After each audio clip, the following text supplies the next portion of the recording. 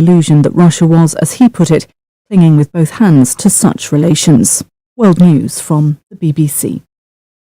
The UN's nuclear watchdog says it believes North Korea has a potential new source of plutonium to fuel nuclear weapons. Satellite imagery viewed by the IAEA indicates that a light water reactor at North Korea's Yongbyon nuclear complex could now be fully operational. If so, spent fuel from that reactor contains plutonium that can be used inside weapons. North Korea is under heavy UN and Western sanctions that are aimed at stemming its banned weapons development. The Pakistan Supreme Court has approved bail for the jailed former Prime Minister Imran Khan and his Foreign Minister. Mr. Khan faces multiple trials, and it's not immediately clear if he will be let out of jail.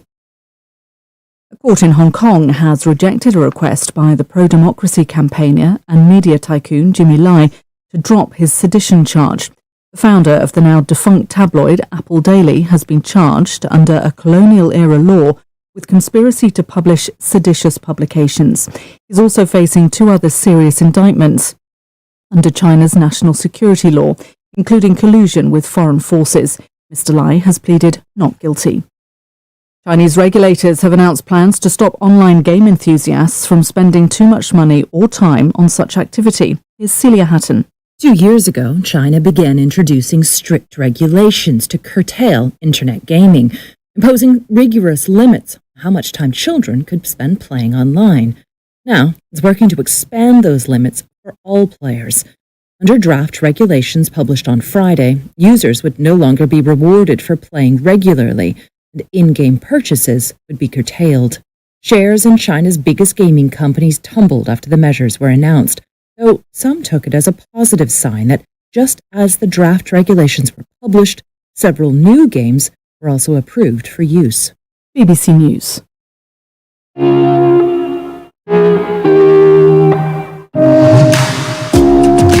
Hello and welcome to the Climate Review of the Year. I'm your host, Greer Jackson. I make a show on climate change called The Climate Question. I'm going to be taking a look back at 2023 and what it meant for the climate. We'll be hearing stories of action, of change, new science and technology, as well as taking a long, hard look at how things stand today. First, a plea from a listener. Hello, it's Michael in the UK. Can we have more good news, please? Individuals and communities are making real difference across the whole country. So let's celebrate these successes, because it's not all doom and gloom. I agree. So let's say hello to our panel. They are Justin Raylatch, the BBC's climate editor. Hello, Justin. Hiya. Najma Mohammed is head of nature-based solutions at the United Nations Environment Programme's World Conservation Monitoring Centre. Hi. Hi. Listening in from Thailand is Akshat Rathi, senior reporter for climate on Bloomberg News and author of a new book, Climate Capitalism, which tells the stories of the unlikely heroes driving the fight against climate change. Hello, Akshat. Hi there.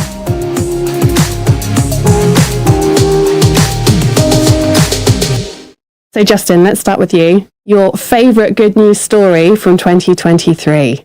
Well, I did a story that I thought was quite interesting and quite positive, and it's about how the moon could be the source of some of our energy in the future, in the form of tidal energy. And it's actually an area that Britain is doing rather well in. They've invested quite heavily in these new turbines that you collect the energy from tidal streams, the rise and falls of the tides. And there's all sorts of ways you can do it, but some very novel ones. There's a kite that you kind of tether to the floor of the sea, and it flies in a figure of 8, kind of reaping energy as it goes.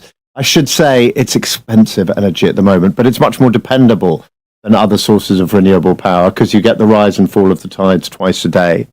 Actually, are you seeing that from a sort of global perspective, the rise of tidal energy? Well, it is a new form. I think Justin used an example of the UK. There are a few other examples. There's a company called Core Power, which has a working operating unit that is actually producing electricity at megawatt scale, which is, thousands of homes worth of electricity. And it's currently floating off in the North Atlantic Ocean. So it's a real thing. But as Justin said, still new and still expensive, but that's how new renewable energy starts. It starts off expensive, but if you build it out and build it out large, it gets cheaper, as it's done with solar and wind. Najma, what's your positive news story of 2023? Not as planetary, I think, as using the energy from the moon. I think the big one for me has been the shift in our cultural conversation and how we think and understand our dependence on nature. I think we've got a whole new set of words in our already full vocabulary, words like nature positive, nature-based solutions, planetary health. And it gives me hope that we're beginning to understand our connectedness with nature. As we're facing these major crises, I think one of the positive stories for me living here in the UK has actually been to see the People's Plan for Nature emerging out of a sort of citizens' assembly. I think globally you've seen coalitions from businesses actually asking governments to regulate them, and to, a new campaign called Make It Mandatory, so that the regulations become put in place so that businesses actually disclose their impact on nature. I think the vocabulary, the mindset shift, and the fact that we're speaking in one breath about the climate and ecological emergency, we're no longer seeing them as a part, and I think that's a big cultural shift in our thinking. Have you seen that as well, Justin?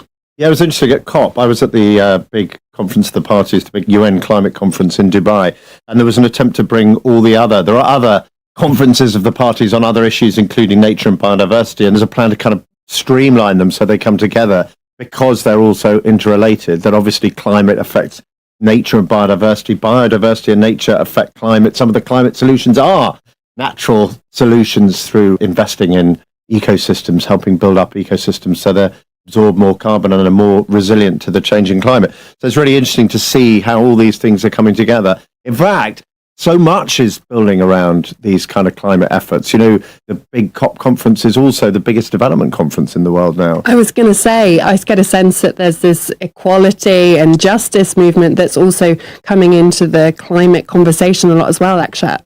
It certainly is. This is a global problem, and the places that are going to be affected the most are the places that are poor and cannot afford to build up the solutions that they need to deal with it. And so if rich countries want this problem solved, they have to work with developing countries to solve it. And that's what COP conferences have become. They've become this conference of making sure that developing countries are able to hold developed countries to account for all the many promises they have made. We'll be talking a bit more about COP later on in the programme, but Akshat, what was your good news story of this year? Well, it's a big number, $1.7 trillion US dollars. That's the amount of investment that went into clean energy this year in 2023, according to the International Energy Agency. And it is much larger now than investment in fossil fuels, which came out to about $1 trillion. So still in the trillions, but the gap is much bigger than it was last year. So we're starting to go in the right direction, but it's still ways to go. If we are to be on track for meeting our climate goals, there has to be 3 times as much money spent on renewables as on fossil fuels. I saw that report, and I also noted that the International Energy Agency said that this shift to renewables is now, quote unquote, unstoppable. Najma, that sounds like a really good news story, right? It does, but I think you've got to balance it with, I wasn't in person at the big climate meeting that just took place, but I was struck by the statistic that, more than 2,400 fossil fuel lobbyists attended the meeting, and that is more than all the delegates from the 10 most climate vulnerable countries. And I'm really happy that, that is a moment to talk about the new development pathways, the new types of investment that we need, but it's also a moment to take into account the countries and the communities at the front line of climate impacts that we're already experiencing, and it's concerning. I think it was a concern going into the meeting. It was a concern in the last hours of the meeting, as I think international sort of governance was put to the test. Could we land on an agreement? We did land somewhere. Whether it's ambitious enough, I think we're going to talk a lot more about that. Yeah, we're going to look at that at part 2 of the programme. One thing I did really want to talk about there is something that really struck me, is that the investment in renewables and electric vehicles in China has just been phenomenal, hasn't it? Justin, you're nodding your head. Yeah. I think we underestimate the role that China's played in the whole of the transition. This year will be the hottest year ever, according to most data sources. And yet we're in the happy position where we have technologies that are now often the cheapest source of energy in the world. Now, that didn't happen by chance. That happened largely because China started investing in these technologies years ago. So it's not just this year. This is the end of a process of investment that's lasted for decades. And the Chinese have built at scale plants that can produce the cheapest solar panels conceivable. I mean, nobody believed that we could have solar energy and wind power as cheap as it is. And, I always point this out because I think they don't get credit enough for having built the capacity that it is conceivable that we might be able to address climate change with these new energy technologies. So, yeah, this is just the flower of many years of tending of the garden of renewables, to use a rather flowery term. Akshat? And it's not just solar and wind, it's essentially every clean energy technology we need. It started with solar and with wind, and then it took on batteries. Now they are doing hydrogen. They're also deploying the most amount of nuclear power in the world. It's just stunning how much they've been able to do. And it's only 2 decades of investments, really.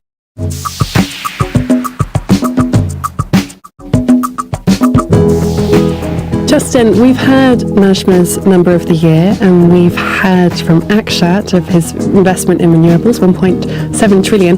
What's your number of the year? So the International Energy Agency, which we've already mentioned, which is a kind of energy watchdog, global energy watchdog, has predicted that we're going to reach peak fossil fuels in 2025. I mean, this is a sort of civilizational moment, and a moment that I don't think we've really, done enough to appreciate. So I thought I'd dig in. I thought, well, what role is wind and solar playing in this? So I dug out the statistics for an article I was writing, and I was quite astonished by the role that wind and solar are playing. So I'm going to quiz you guys and ask you what proportion of world energy... I love a quiz. Actually, I'm going to leave you out of this because I've got a horrible feeling you might know the answer. But what proportion of global energy is wind and solar now, having had this revolution that we've just been boasting about? Do you want to go first, Najma? 30%. 30%? I think it's more like 40, maybe even 50%. It's 2.4% of global energy. No. Yeah, it is. That's tiny. 12% of electricity, but electricity is 20% of world energy. So it's shocking. It's funny because when you look at the statistics... We're only just getting started. We're only just getting started, but think of what we need to do. So we need to replace the other 98% of world energy with some kind of renewable power or an alternative. I want to come to you, Najma. How easy is that transition to electrify everything, to get renewables on board in the developing world where there is less finance available? I mean, I think there's a term often used in the developing world that we have an opportunity because we have to still meet many basic needs, access to energy, access to shelter, clean water, sanitation. So there's this idea that we can leapfrog some of the development mistakes, some of the industrial policy that has actually led to the global challenge that we now face. So there's this idea that we can leapfrog with the right sort of investments, with the right economic and trade and industrial policy. It can't be just, shifting energy policy. You've got to shift sort of a whole economy, shift a sort of a civilizational change. And I think that the vision and the commitment is there. But possibly we'll speak about it more. The finance, the investment, the technology are major barriers to actually begin to speak honestly about, a transition in this direction.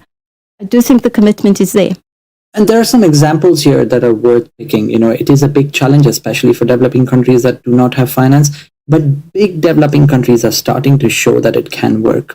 So India, which I featured in my book, shows that you can actually start to move away from coal as you build renewables. And so you're leapfrogging. So in the last decade, for example, as solar started to play a bigger and bigger role in India, the number of coal power plants that were built began to shrink. And now there are almost, single 1 or 2 coal power plants that will ever be built in India. So it's possible to leapfrog, but yes, it's not happening fast enough. Najma, what's your thoughts on that? I was just going to come in to just share the experience from South Africa. I mean, South Africa, India, Indonesia are 3 of the countries that have actually made major commitments and have got finance to actually support that transition through a global initiative called the Just Energy Transition Partnerships. And I think you're beginning to see real strides in all 3 countries to actually shift fast out of the sort of huge dependence on fossil fuel energy. We've had all your numbers of the year. As it happens, we've actually been looking at the year in numbers too. Deforestation in the Amazon overall fell sharply by 55%. But there were still thousands of trees cut down.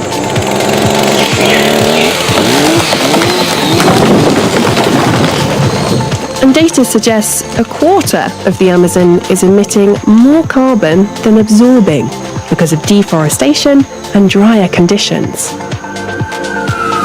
4 is the number of times Greta Thunberg was arrested or detained at climate protests. This is only the beginning of this fight, and we are going to stay and we are going to come back time and time again until we see real action. Zero methane gas emissions is the result of lab tests to stop cows belching out this potent planet-warming gas. Cattle burps are a big contributor to the climate crisis, believe it or not, and the researchers claim they did it with baby kangaroo poo, or roo-poo, as the Aussies call it. And carbon emissions climbed to a record high level of 37.5 gigatons of CO2, an increase of 1.1% since last year. Does anyone know how many noughts are in a gigaton, Justin? Oh God, a gigaton. I had to look it up. I thought it's going to be... Now I'm quizzing you. It's 9. Tables. No, Aksha, yeah. well done. Aksha is right, 9 zeros. And fun fact for you, a gigaton is the mass of all land mammals on the planet, bar humans. So that's a lot of carbon, to put it into perspective. But I think the top number of 2023 has to be 1.4 degrees Celsius. 2023, as Justin says, has been the hottest year ever recorded, and 1.4 degrees Celsius warmer than when the industrial age began 200 or so years ago. Now, Justin, I've alluded to how burning fossil fuels causes the planet to warm, but how do some gases make the planet heat up? So these gases absorb solar radiation, so the molecules begin to vibrate a little more and become warm and act like a kind of blanket around the world. So that's how it works, yeah. And we're seeing it really dramatically this year, partly because of other weather events, but it's a very dramatic year. El Nino is one of them that may have sort of played a minor role in driving up the mercury this year. Actually, what exactly is El Nino for someone who's never heard of it? Well, it's a natural process that happens on cyclical basis. We can't always time it. It's not always every year or every 2 years, but it does happen often enough where essentially a ton of heat that is stored in the Pacific Ocean is released. That causes the atmosphere to warm much more than a year where there is an opposing effect. So an El Nino year is when things heat up in the northern hemisphere especially.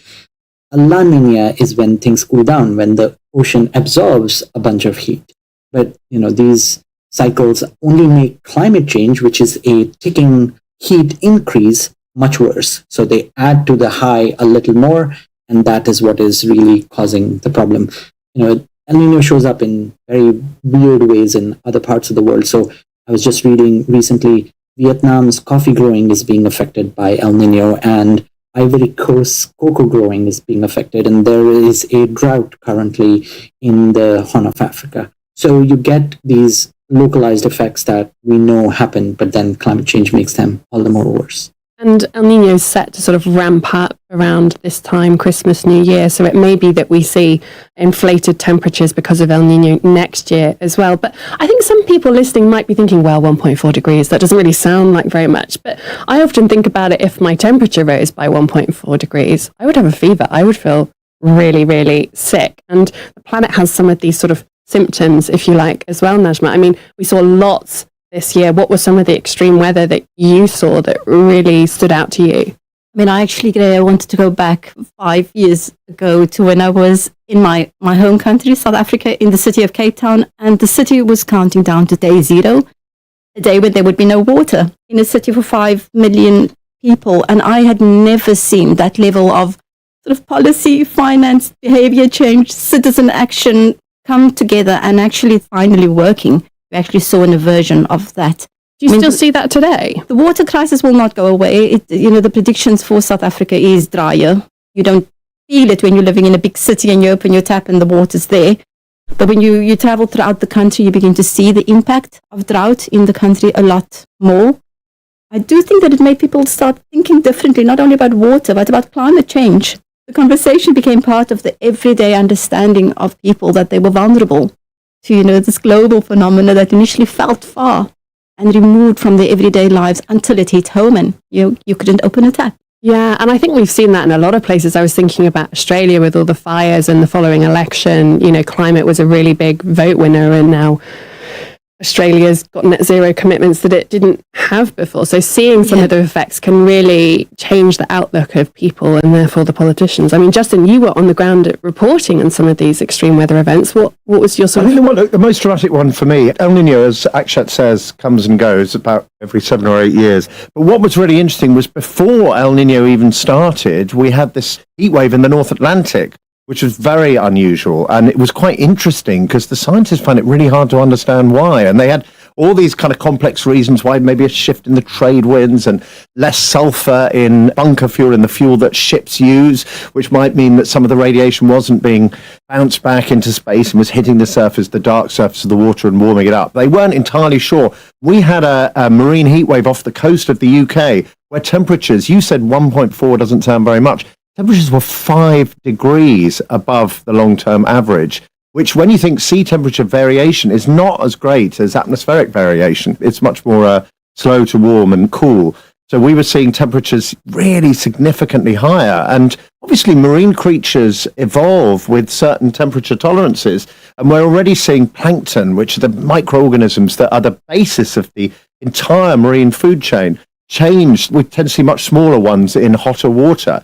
I mean, I know we're trying to be optimistic, but you think, hold on, if you're shifting the food chain of the entire marine ecosystem, that is going to have some big impacts in the future. And it's a bit of a kind of a frightening moment, actually, that. Akshat, what was your standout moment from 2023 in terms of climatic events? Well, I think if you're sticking with 1.4, the IPCC, that UN climate body, has said at 1.5 degrees Celsius, 75% of coral reefs will not be around. And we did see in the Caribbean in general a massive marine heat wave that led to the death of coral. Corals are, if you get to see them, just these gorgeous, beautiful, colorful creatures that are surrounded by fish that give essentially the food chain of larger fish a start. And so when they die, all the fish go away. And of course, that's going to have downstream impact on fisheries and people's livelihoods. Najma, you want to come in here? I have a very similar sort of feeling. Actually, my organization, we had a project this year with 3 partners in the Caribbean, which was exactly about coral reef restoration and sort of nurturing coral reef nurseries. And then El Nino hit, and they had predicted they would lose 20 to 30% of the coral, because they knew that an El Nino cycle was coming up. They lost 100%. They lost the entire coral reef nursery that was going to be the basis for a coral reef restoration initiative led by, 3 local communities in the Caribbean. But it does, bring it home to me, because we've worked, with these communities over the course of this year, and they had to change tactics, to change where they would, locate the sort of restoration activities. But I think there are huge tipping points that we seem to be getting closer to. We're not doing the optimism very well, are we? Well, we aren't. I'm going to come to that. Oh, good. One of our listeners from East Africa got in touch with his experience of this year. Gilbert said, "My birth month of July is usually the coldest time of the year in Kenya. Now it's becoming the hottest. The intensity and strength of winds is increasing, and there's even a proliferation of a seemingly new species of grass lizard." Justin, does evolution work that fast? Can you get new species in such a short space of time? Well, presumably it's migrated to enjoy this warm weather that he's experiencing. But isn't it extraordinary that within lifetimes people feel as if they're seeing changes that look like climate change? And I always set this in the context of human civilization. Humanity has been around for about 300,000 years. And for 290,000 years of that, we didn't do very much. We made little stone tools and wandered around in small groups. And then the Holocene came, and this period of, unusual warmth and stability that has lasted for 10, 12,000 years. And now we're pushing it into temperatures that we haven't experienced before, with potentially really serious effects on our ability, for example, to do agriculture, which was the foundation of civilization. And you've got to ask yourself, where's that going to lead? Well, hopefully to some strong-worded climate action, Justin, which is what we're going to be looking at in the next half of the programme right after the break. So do stay with us.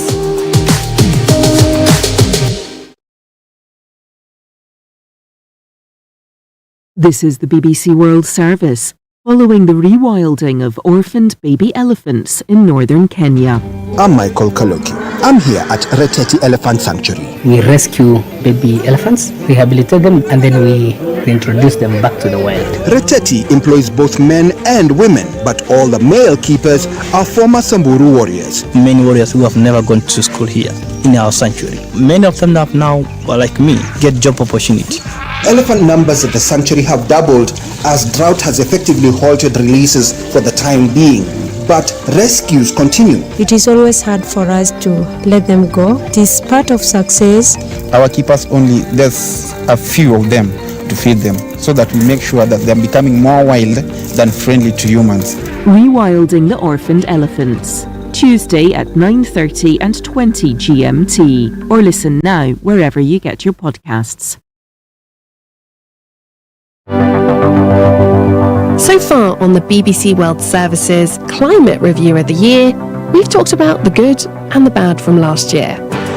Next, Justin, Najma, Akshat and I will be talking about what everyone's been doing about the climate crisis and look ahead to 2024. What might the new year bring? Do join us after the latest BBC World Service news. BBC News with Moira Alderson. 8 members of the medical staff of the Palestinian Red Crescent Society are being held by Israeli forces. The society says the 8 were among a number of paramedics and volunteers at its ambulance centre who were arrested during an overnight raid in the Jabalia refugee camp in northern Gaza. The others have been released. The UN Security Council is expected to vote on a resolution to bring more aid into Gaza and create conditions for a ceasefire. The US says it's ready to support the latest draft, where the language has been watered down. The head of the Sudanese army, General Abdel Fattah al-Burhan, has vowed to hold his commanders accountable after a rival faction captured the capital of the strategic central state of Al Jazeera. Questions have been raised as to why the army surrendered Wad Madani so easily to the paramilitary RSF on Monday. The motive behind the Czech Republic's worst mass shooting on Thursday at a university in central Prague is being investigated by the police. Many cultural and sporting events around the country have been cancelled. Russia's Deputy Foreign Minister Sergei Ryabkov has warned the United States that Moscow could sever diplomatic relations if Washington confiscated frozen Russian assets. The UN's nuclear watchdog says satellite imagery viewed by its experts indicates a light water reactor at North Korea's Yongbyon nuclear complex could be operational. The IAEA says this could be a potential new source of plutonium for nuclear weapons. The Pakistan Supreme Court has approved bail for the jailed former Prime Minister Imran Khan and his Foreign Minister. Mr. Khan faces multiple trials and it's not immediately clear if he'll be let out. Chinese regulators have announced a slew of measures to stop online game enthusiasts from spending too much money or time on such activities. BBC News.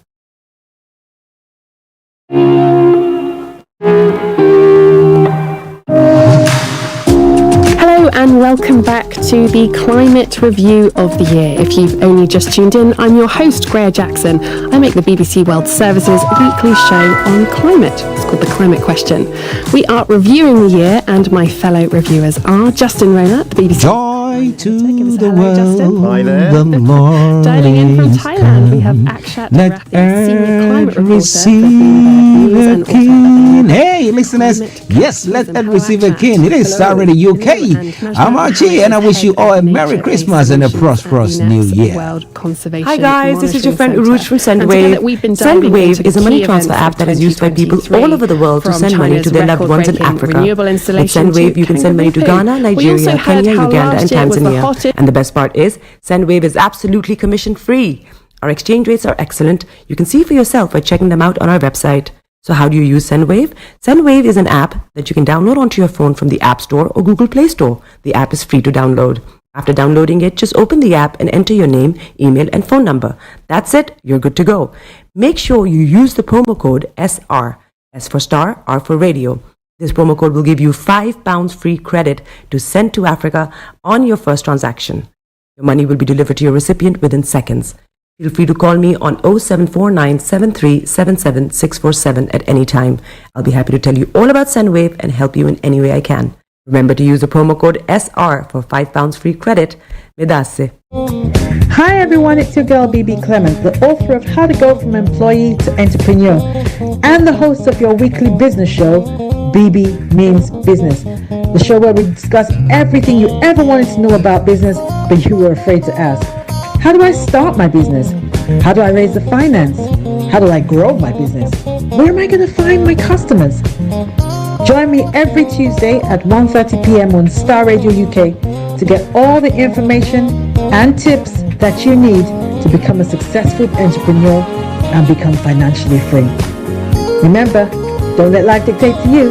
Rather, put your signature on life.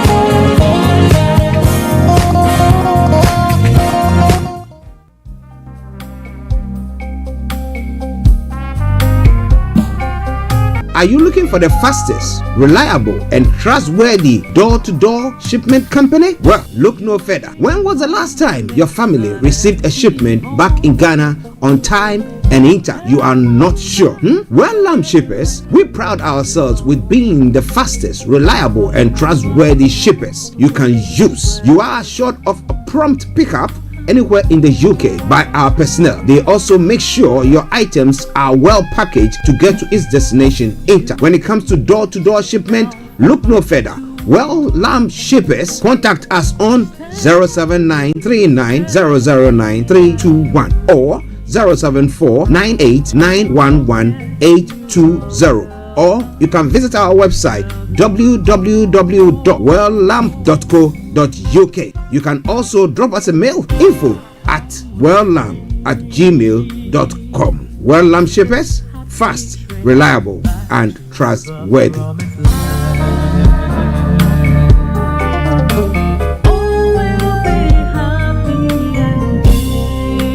Hi there. Are you dreaming of owning your own house in Ghana? Then you will need a well-documented piece of land that is free from troubles. I highly recommend My Africa Property for any size of land that you will need. With My Africa Property, lands are available in Pram, Sopoli, Tohenia, Ogome, Dodova, Winneba, and many other locations at affordable prices. These locations are about an hour away from the airport, only 35 minutes from the motorway, 10 minutes drive from Central University College, 10 minutes drive to the beach, and close to Pram Senior High School and Ghana Men's Soccer Center of Excellence. For more details, visit our website www.myafricaproperty.com or call our UK office on 0208 123 2523. For our US and Canada offices, call us on +1 585 184 994145. You can also email us at ghana@myafricaproperty.com. Hey, Charlie, you're on your way to Ghana. Boy, oh boy, you stressed out, tired. Go, you're going to be resting. Okay, then let me recommend to you JN Mobile Spa in Accra, Ghana. Oh boy, JN Mobile Spa, they provide organic care in massage. Are you stressed? Do you need rejuvenating, etc.? For your facials, maybe exfoliating, firming, and lifting? Then contact JN Spa on 00233 244 941 002 or 00233 2006 06386, and they will be right there on time. JN Mobile Spa, your health and beauty needs at your doorstep. Getting onto the property ladder has never been easy until now. Join us this and every Thursday from 7 p.m. to 8:30 p.m. live on the Property Hour Show on Starr Radio UK, where we talk to mortgage brokers, property developers, estate agent, landlord, tenant, property consultants on how to invest or get into the property business and make money. You can't afford to miss this. The Property Hour Show is your best source into the property industry. Tune in to On Point here on Starr Radio UK with Empress Regina every Monday at 5 p.m. GMT. Looking forward to your company. Joy to the world, the Lord is How to set up a doorbell camera for free in just 30 receive a king. Hey, listeners, yes, let Ed receive a king. It is Starr Radio UK. I'm Archie, and I wish you all a Merry Christmas and a prosperous New Year. Hi guys, this is your friend Uruj from SendWave. SendWave is a money transfer app that is used by people all over the world to send money to their loved ones in Africa. With SendWave, you can send money to Ghana, Nigeria, Kenya, Uganda, and Tanzania. And the best part is, SendWave is absolutely commission-free. Our exchange rates are excellent. You can see for yourself by checking them out on our website. So how do you use SendWave? SendWave is an app that you can download onto your phone from the App Store or Google Play Store. The app is free to download. After downloading it, just open the app and enter your name, email, and phone number. That's it. You're good to go. Make sure you use the promo code SR. S for Starr, R for Radio. This promo code will give you £5 free credit to send to Africa on your first transaction. Your money will be delivered to your recipient within seconds. Feel free to call me on 0749 7377 647 at any time. I'll be happy to tell you all about SendWave and help you in any way I can. Remember to use the promo code SR for £5 free credit. Medasse.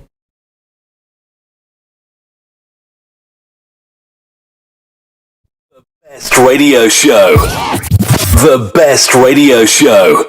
It's Christmas! Listeners, it is Starr Radio UK. We wish you a Merry Christmas and a prosperous New Year. Broadcasting worldwide, online 24/7. All around the world. In your car. At work. At home. On your smartphone. This is Starr Radio UK. Are you ready to turn it up? 10, 9, 8, 7, 6, 5, 4, 3, 2, 1. Smile though your heart is aching. Smile even though it's breaking. When there are clouds in the sky, you get by. If you smile through your fear and sorrow, smile and maybe tomorrow you find that life is still worthwhile if you just smile.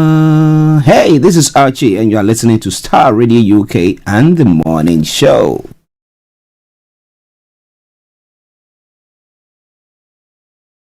And The Morning Show.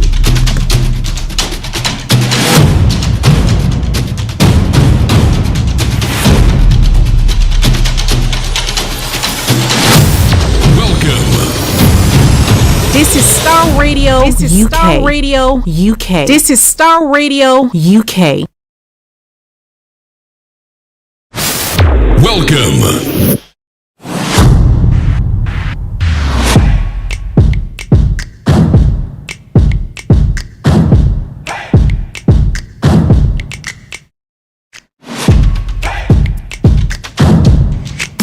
Broadcasting worldwide, online 24/7.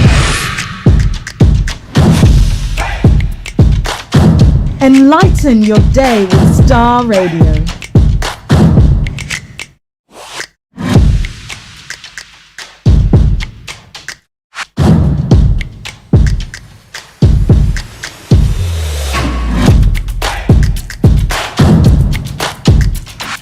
Starr Radio. Radio for the people, by the people.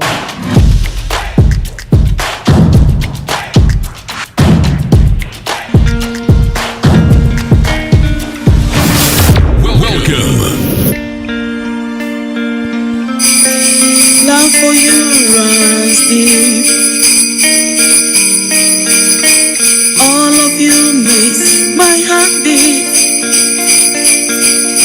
You make a doubt they fade, Jesus, and that's what makes you great.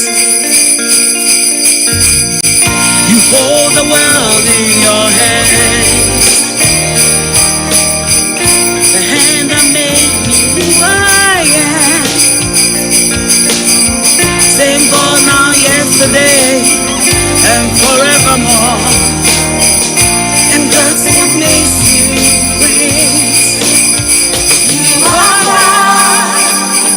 You will never change. You remain the same to the end. To the end. You are God. One who took my pain, took away my shame. Lord, you reign. That's why forever call you great. Great are you, Lord. Great are you, Lord. Great is to be praised. Okay, let me say massive good morning, good afternoon, good evening, good dawn to you wherever you might be on planet Earth, and those of you on other planets as well. We want to salute each and every one of you and welcome you to the 22nd day of December 2023. We've got another 3 days more for the end to the Christmas, and then we've got how many days more? 9 days more for the end of the year. And I thank God that whatever it is that you might have been experiencing, the challenges and everything, God has seen us through and we are still alive. At least you are well and kicking, right? So do me a massive favor wherever you are. You are God. One who took my pain, took away my shame. Lord, you reign. That's why forever call you great. Great are you, Lord. Great are you, Lord. Okay.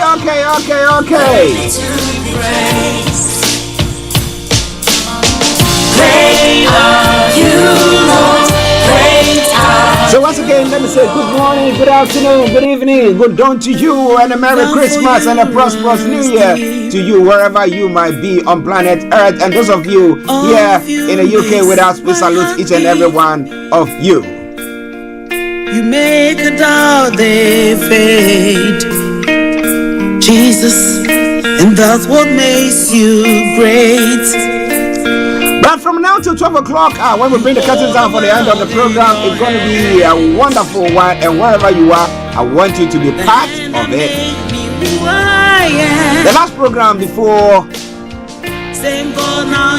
the Christmas, and then we'll resume on the Wednesday to review the year 2023 before the new year.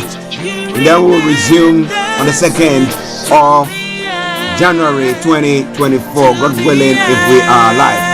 But we come this far by grace, haven't we? So wherever you are, once again, I welcome you to the program. It is Starr Radio UK.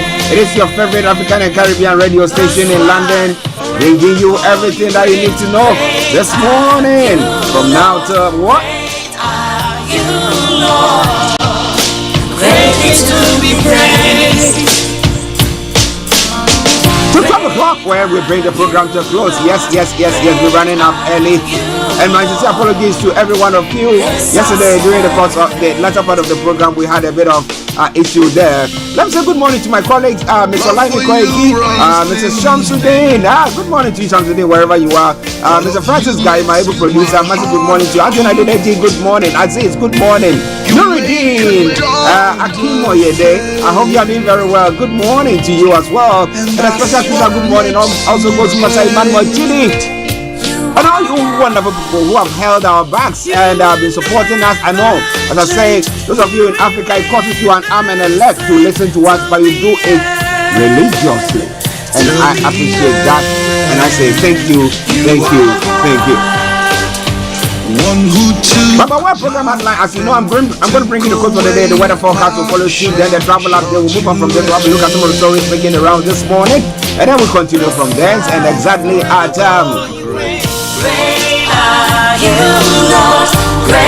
11 o'clock, I'm so live. Koiki joining you to bring you all the updates that you need to know pertaining to Nigeria, 11:30, the lines are open. At 12 o'clock, the curtains are brought down for the end of the program before the Christmas festivities.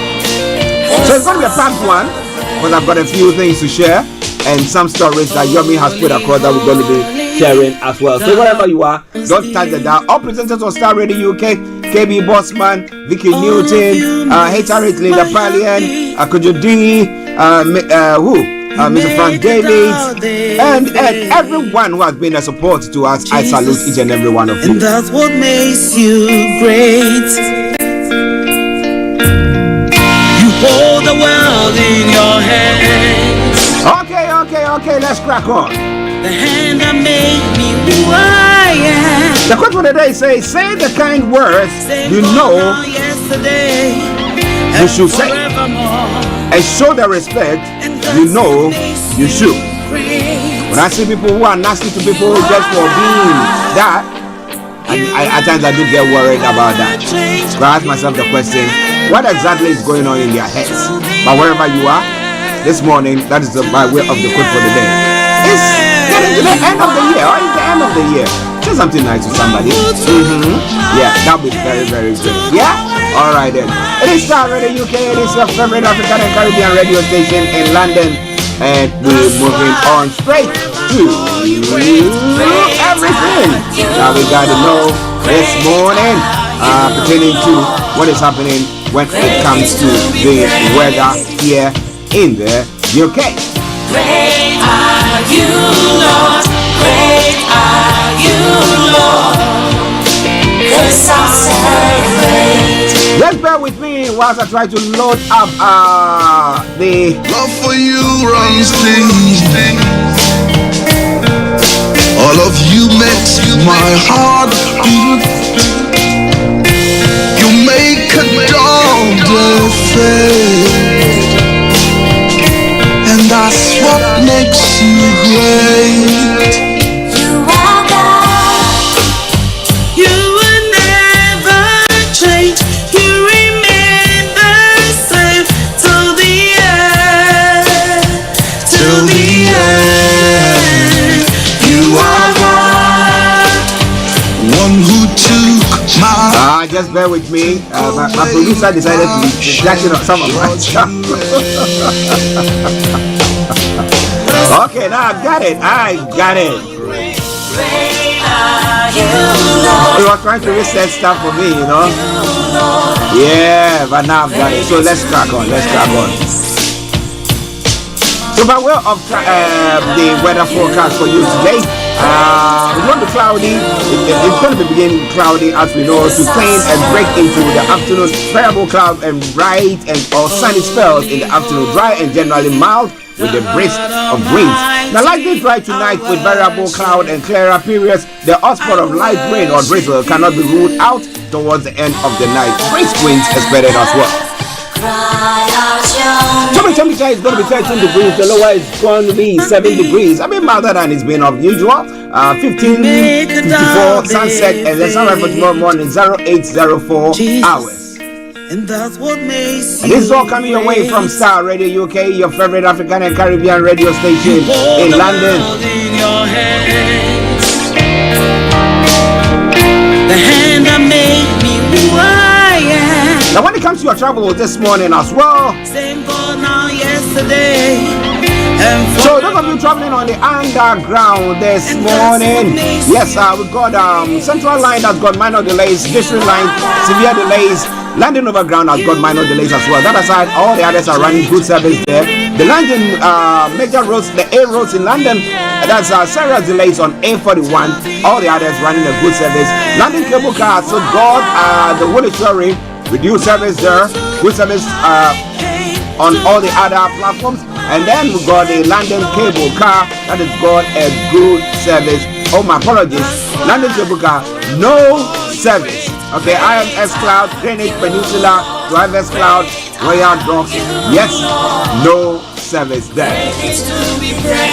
And that brings us straight to the final segment of the travel update. That is the National Rail On the National Rail this morning, Greater Anglia has got minor delays. London Northeastern Railway minor delays. Northern Rail minor delays. ScotRail special service. Southwestern Railway minor delays. Southeastern minor delays, and Southern minor delays too. And that is where and how I would say it once again. Good morning, good afternoon, good evening, good dawn to you wherever you might be on planet Earth. Enjoy your coming. But you know what? Continue to keep those eyes. Where? On the road. And that's what makes you great. You are God. You will never change. You remain the same till the end. Joy to the world, the Lord is come. Let earth receive a king. Hey, listeners, yes, let earth receive a king. It is Starr Radio UK.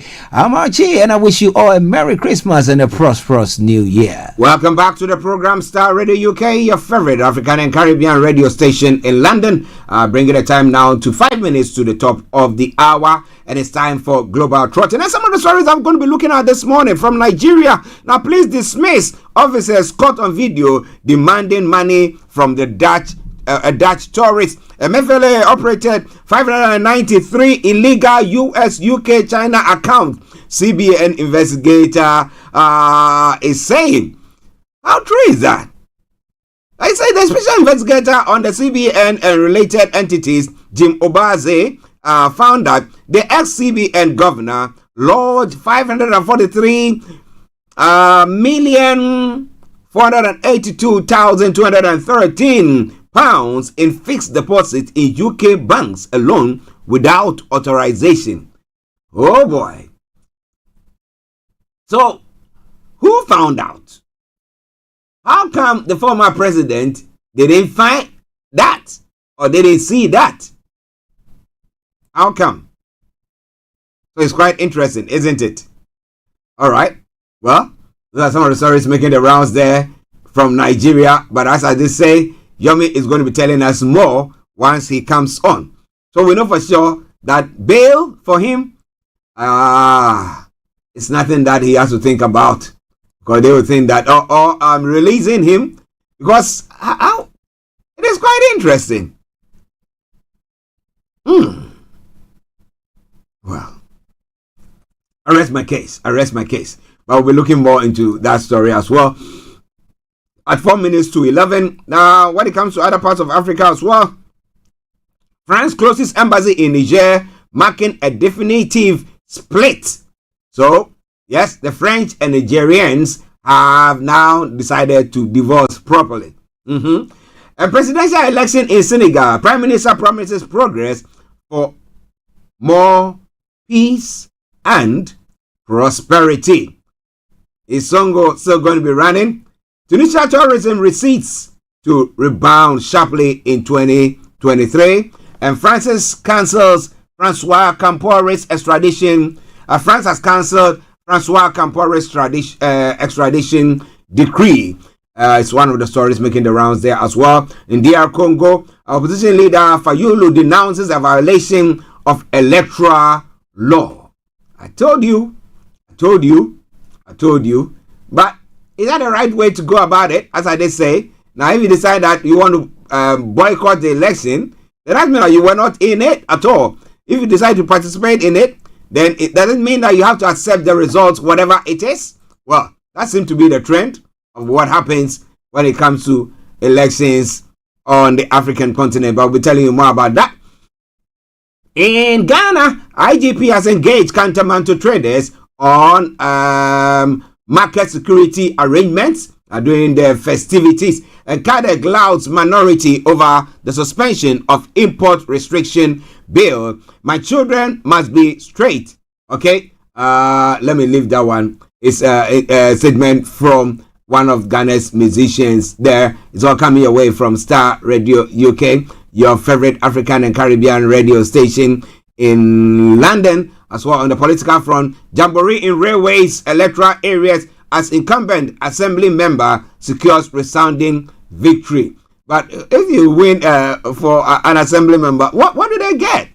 Okay, well, I'll pay allowances to assembly members. That's what the former president, who is now vying for another term, for the NDC, former President Mahama has expressed commitment to pay assembly members when elected into office. That's why I was asking the question, what do they get even now as they are doing so? But this one, a lot more going to be coming your way on a very packed Friday edition of the morning show, where we're running everything up this morning.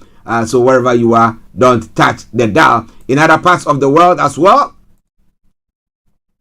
Well, in Prague, gunman shot himself as officers approached him on roof. That's what the police are also saying there. And then also, in other stories as well, we have actor Vin Diesel accused of sex abuse by ex-assistant. Oh boy. Okay. Outrage in China over patient's punched in surgery. Authorities are probing an incident where a surgeon allegedly punched the patient he was operating on. What was the patient up to before he was punched? False claims of state deaths said in Israel-Gaza war. It's one of the stories making the rounds there as well. And then when it comes to the UK at risk of recession after economy shrinks. Revised figures show the economy contracted between July and September this year. A million makes Christmas getaway on busy travel day. And then Home Office row back on family visa salary level. The minimum salary for a family visa to come to the UK will go up to 29 next spring instead of the 38,000. So this and a lot more going to be coming your way. Crowds gather at Stonehenge for winter solstice, marking the shortest day and the longest night of the year. The sun rose at 0809 hours GMT at Stonehenge. Okay, so we're going to be watching it very, very closely. Okay, it is Starr Radio UK, your favorite African and Caribbean radio station in London. Whilst we prepare the ground for Mr. Olayomi Koiki, let's enjoy this tune, and we'll be having Yomi joining us in a moment. Stay tuned. This is from Toby Jeff Richards, and it says African Christmas Medley. I think this one sums it nicely for everybody, so enjoy it. Come on, ye faithful, come on, ye faithful to Bethlehem. Come on, ye faithful, come on, ye faithful. Come on, ye faithful. Everybody, lift your voices. Come on, ye faithful. Come on, ye faithful. Come on, ye faithful to Bethlehem. Come on, ye faithful. Come on, ye faithful. Come on, ye faithful. Sing it one more time. Come on, ye faithful. Come on, ye faithful.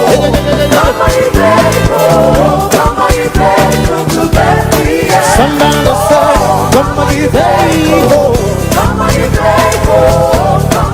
I know you know this one like this. Oh, come, all ye faithful. Lift it up, say, joy, joy. Oh, come, to bed. You say, come and behold it. Come and behold. From the King. From the King of Kings. Oh, come.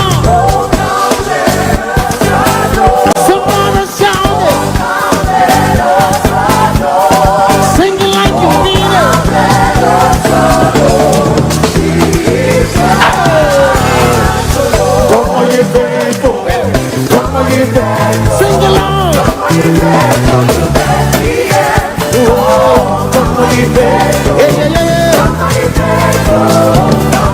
One more time.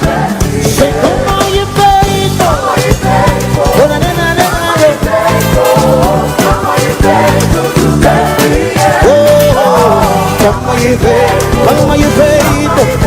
Come on, you faithful. Take me up. Come on, you faithful. Come on, you faithful. Somebody shout. You know the song.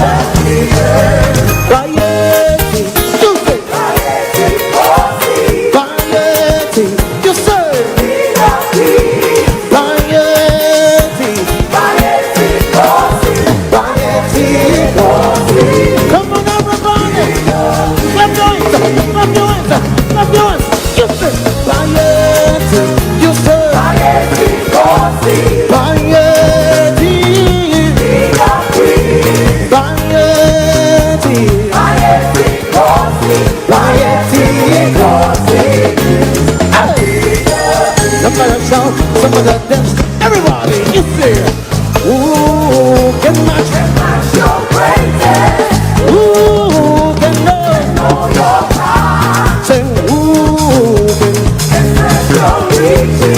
Who can deny you? Are you ready? We say you are master of the universe. Just say everybody sound master of the universe. Hey, you are the you are the air. You are the air. You are the master. Hey. Let's take this another way. Are you ready now? Hey, have you heard what the Lord has done? He has destroyed. So lift your voice up in the throne.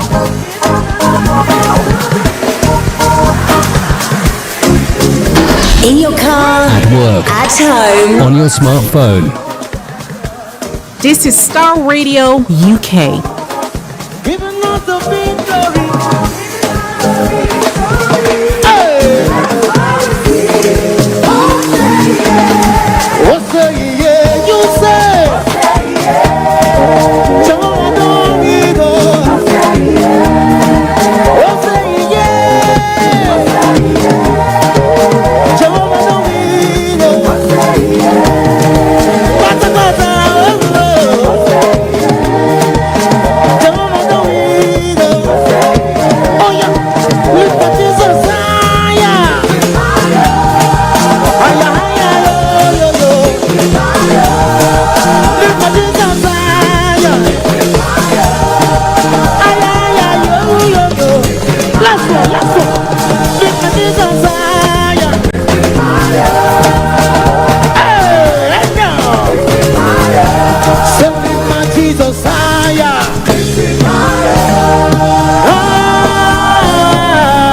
Okay, welcome back to the program Star Radio UK, your favorite African and Caribbean radio station in London, bringing the time now to 6 minutes past 11 the time. And Star Radio UK, the station, the morning show, the program, the last one before the Christmas holidays, and then we'll resume, as I said, on Wednesday. That'll be 25th, 26th, 27th. Yes, that will come your way. We'll be running up the year nicely. So wherever you are, stay tuned and don't tap the dial whilst I get Mr. Olayomi Koiki, my colleague and co-presenter, onto the platform where he's going to be also telling you everything that is happening from Nigeria. And let me say, Yomi, good morning. Well, a very good morning to you back in the studio, Mr. Archie. Good morning, Frank, and good morning to all our presenters, and good morning to all our listeners around the globe, and welcome to the finest African and Caribbean radio station in London. I guess my camera is a bit frozen. I'll work on that as quickly as I can from here, but I can see that it's currently frozen. Let's see if we can bring that back on as quickly as possible. But once again, good morning to you back in the studio, Mr. Archie. Yes. How are you doing? And how is the family? And how is the preparation? I know that after the kids, when they wake up, every day is Christmas for them. Every day is New Year for them. So, yeah.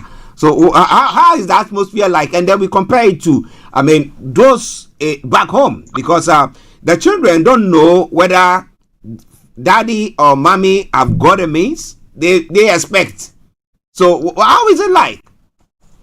Well, as usual, depending on which home, because not every home abroad celebrate Christmas, but likewise some home, especially with the Yorubas, we tend to celebrate whatever comes our way, because that is the way we believe humanity should be. But again, in every household like ours, the preparation is just as normal, where the children expect to be, even though whether you say you don't have the gift or not, they expect some kind of gift. But it seems that this year it's going to be slightly different, because my neighbor sent me a card and says, please do not let us exchange any kind of parcel or gift. And I was wondering why, because maybe the cost of living as well has gone up, maybe because of so many other reasons. But like I said, the atmosphere, you can feel it. I mean, the family is not home as we speak right now, but it is just like every other household. You have to keep buying and buying. So it's also a time of buying, which so many people could be a little bit strained because of the economic situation, both in Nigeria and likewise here in the United Kingdom. Well, listeners, Mr. Olayomi Koiki in our North London studios. I'm actually here in the South studios and we're bringing you updates from Nigeria at 9 o'clock. 9 past 11. My apologies. It's not. It's 11 o'clock. 9 past 11 here in London. All right then. So now let's behind you is a picture of a couple of police officers who were allegedly caught on video demanding money from a Dutch tourist. Now, I do say this all the time, that if we take good care of our force, our men, or our forces, let me put it that way, then it will be difficult for them to say that they want to just go and be collecting bribes, because in this part of the world, apart from the discipline, they are at least they are paid well. And then they know that the system is such that they don't need to, they get the support and everything. But in Nigeria, I remember back in the day, there was one story where policemen have to buy their own boots. At times, even get their own uniform. So they need everything to make their lives comfortable or to be able to take along. But now, unfortunately, they were caught by the camera. So, Yomi, tell us more. Well, they were caught by camera because probably they are not aware that we are living in a new world where camera can be hidden in any way. Especially, when you see somebody coming from Europeans, as a European, you probably think that, they might not. I believe if we have the right training for officers, the first thing is if you see foreigners, you deal with them just as you would deal with us. Remember that Professor Moyo went to Nigeria, and it was quite differently dealt with because he's a Nigerian. But when you are from Europe, and you look different, then you are likely to be said, let's exchange numbers. They're probably not even search this individual, which is something that is even terrible because she might be coming into the country as not a good person. We don't say she's not, but let's first listen to the video that you're watching behind me. Let's have the sound clip to start with. She started from Ghana. It seems we thought Ghana is not different from Nigeria, but the only difference is the Ghana police did not ask for money, but they did ask for something. Let's listen to it.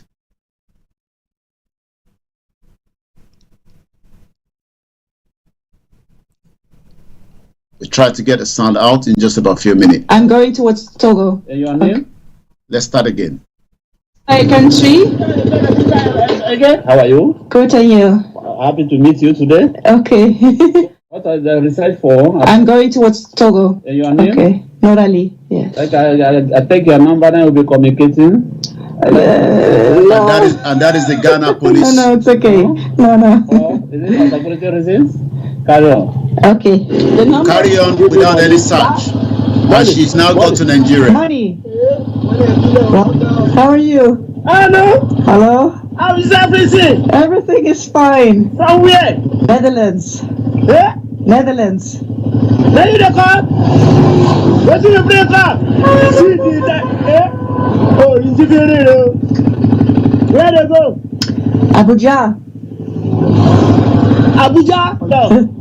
How are you? Give me something. How is everything? Everything is fine. Family. Huh? How's family? Good. Family is good. It's water. Yeah. What do you break up? Huh? What do you break up? I said, what do you break up? What you want give me? What you want give me? Give me something. Give me something now. Give me something. Give me something. Yeah. Give me money. Money. What? Well, you've listened to it, Mr. Archie. It just shows that we are all in danger, depending on wherever you are, whether you're in Ghana, where you can easily allow a foreigner to pass through. Just give me the number. She refused to give the number, but in Nigeria, they didn't need the number. They needed the money. So the latest update now, the officers are the one behind you right there. They've now been dismissed. According to the report coming from Abuja yesterday, the Nigerian police dismissed officers caught on camera demanding money from a Dutch female tourist. The two officers were consequently stripped off of their Nigerian police uniform To further confirm their exit from the constabulary service, the Oyo command of the Nigerian police has ordered the immediate dismissal of 2 special constabulary working with the state command who were caught on camera demanding money from a Dutch female biker tourist who was touring African countries. The Oyo Police Commissioner, Adebola Amzat, on Thursday yesterday ordered the immediate dismissal of the 2 constabulary identified as Jimoh Lukman, Karim Fatai for extortion. The dismissal officer were literally paraded at the Oyo State Police Command Eleyele Ibadan, which is the camera, the images behind us. They were literally demanding money, and only God knows why we didn't have enough tourists coming into Nigeria when they will be extorted, because this was what Nigerians have been talking about. But as a lawless country as it is, it seems that we've allowed this to go on for too long until we now start telling them, we will deal with you with hidden cameras. We will deal with you with hidden cameras. But what about the numerous Nigerians who have not got those hidden cameras? I mean, this one is just like a drop in the ocean. There are people who this morning, because they are driving their vehicles or they are moving goods from one point to the other, have been, I mean, virtually, monies have been demanded of them illegally.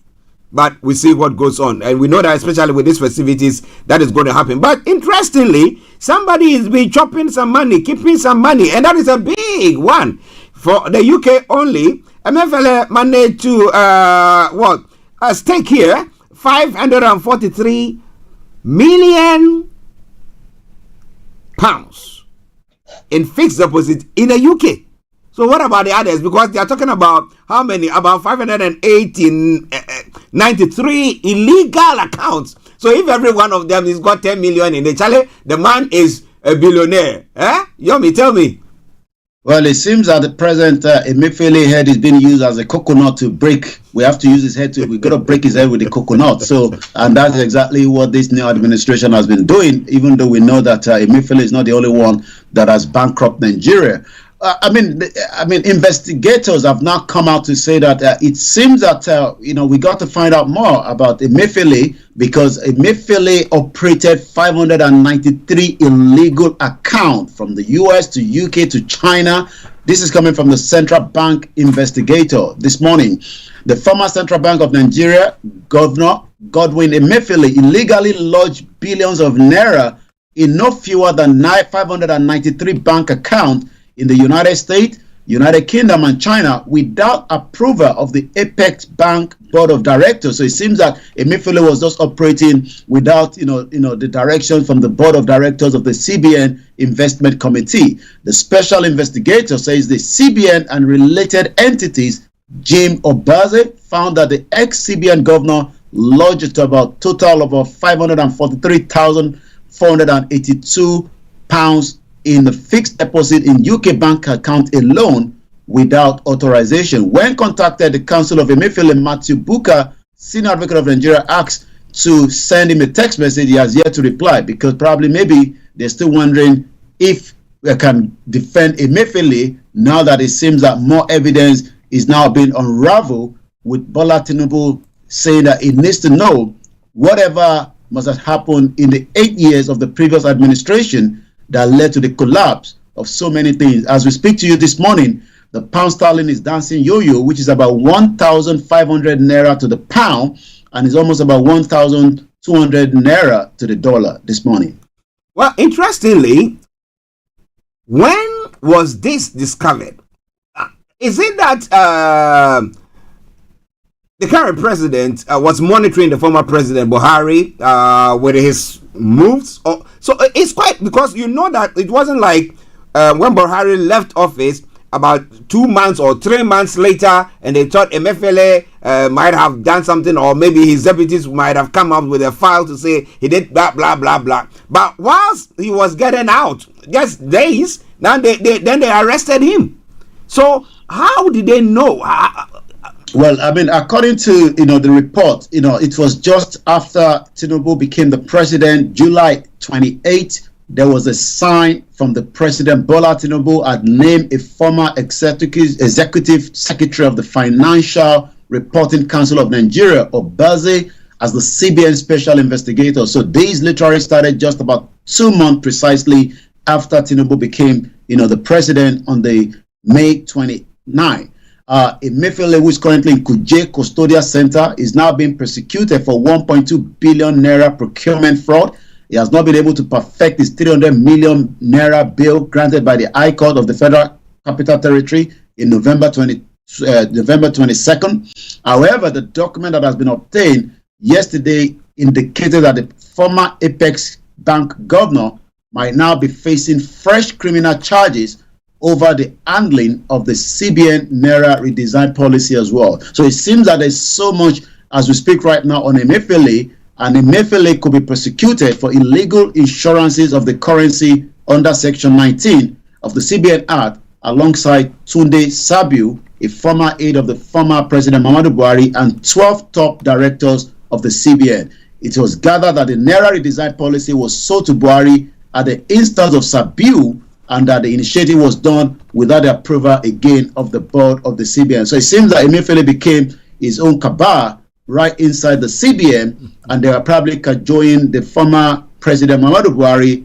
that many of us now realize that it was as a failure because he couldn't understand some of what was happening around him. But it seems that there were some other individuals that were working against, the Nigerians, and today many Nigerians are paying the price of what took place under the nose of Emefiele.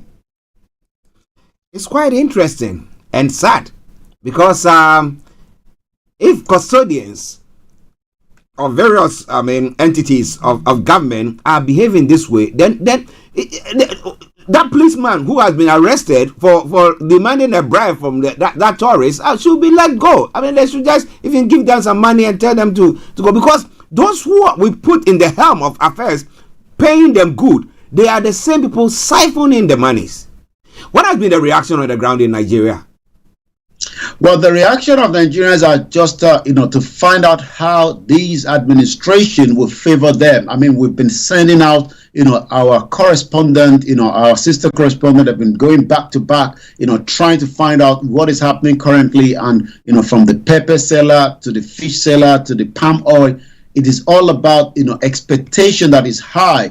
They all voted for Tinubu, they all voted for this government, and it seems that they are not getting exactly, what the president promised them. Maybe it's just too early, but I will take us through to the next conversation where, one of the ministers that was interviewed yesterday, I actually watched it myself, and she said a lot.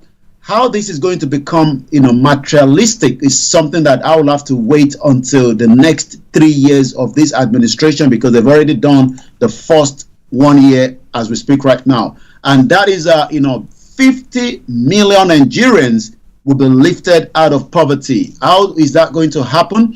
What are the plans? These were all the questions that were thrown out to Betty one-on-one with the humanitarian minister yesterday. As I tried to lie down, what she said, the question as many Nigerians will be asking this morning is, she also talked about so many numbers. She was giving a lot of statistics. She talked about the Nigerians that are now going to be receiving, payment. About 15 million of Nigerians that are currently in that bracket of the abject poverty. We know that they are more than that, but she said that they've been able to squeeze out 4 million from the list from the previous administration. She talked about so many things, but let's listen to some of what she discussed yesterday. Once again, this is still the finest African and Caribbean radio station in London, as we continue to give you all the latest update coming out of Nigeria. Let me come back again to you in the studio as I get that lineup, because they're still, trying to find out the actual video where she spoke yesterday. But I'm going to get that up in just about a few minutes. Bear with us, yes, Mr. Archie. Yes, listeners, Mr. Olayomi Koiki in our North London studios, where he's trying to line up that video for you. But when we listen to sad things, it's very sad. It's very, very sad. Now, have you got the audio out now, or we move on? No, we move on. When I have that audio ready, I'll let you know. Okay. The National Economic Council has constituted committees on economic affairs, crude oil theft, and management. Somebody say this is same old, just another day.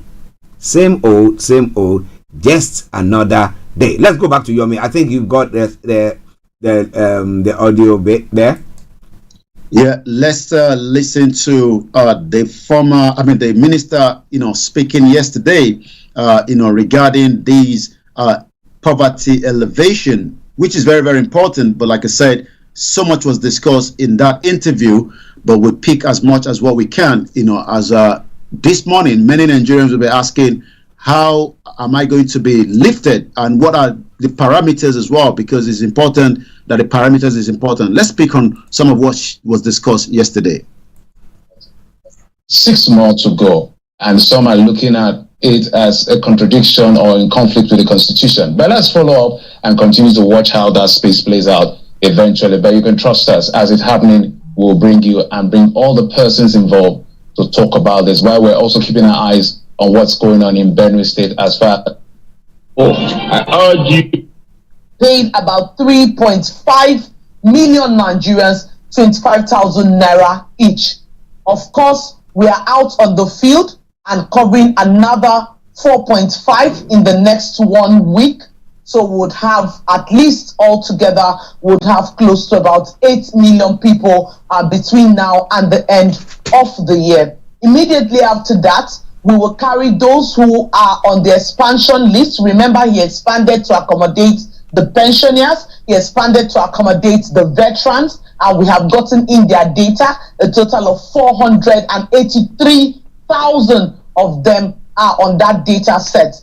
They are presently undergoing their in-person verification, because if we cannot verify who you are, where you are, and that you belong to the poverty below the poverty line, you are not qualified to be. Well, that is Dr. Betty Edo speaking yesterday, giving us, numbers. She seems that she's getting those numbers, but the real question is, my family have not been able to get to, receive some of the money that she's talking about, maybe because we are the one looking after them. But she talked about how they're able to work out a lot of strategy that will lift 50 million Nigerians out of poverty in the next 3 years. Now, my question now is, how did they come by that those numbers of people there?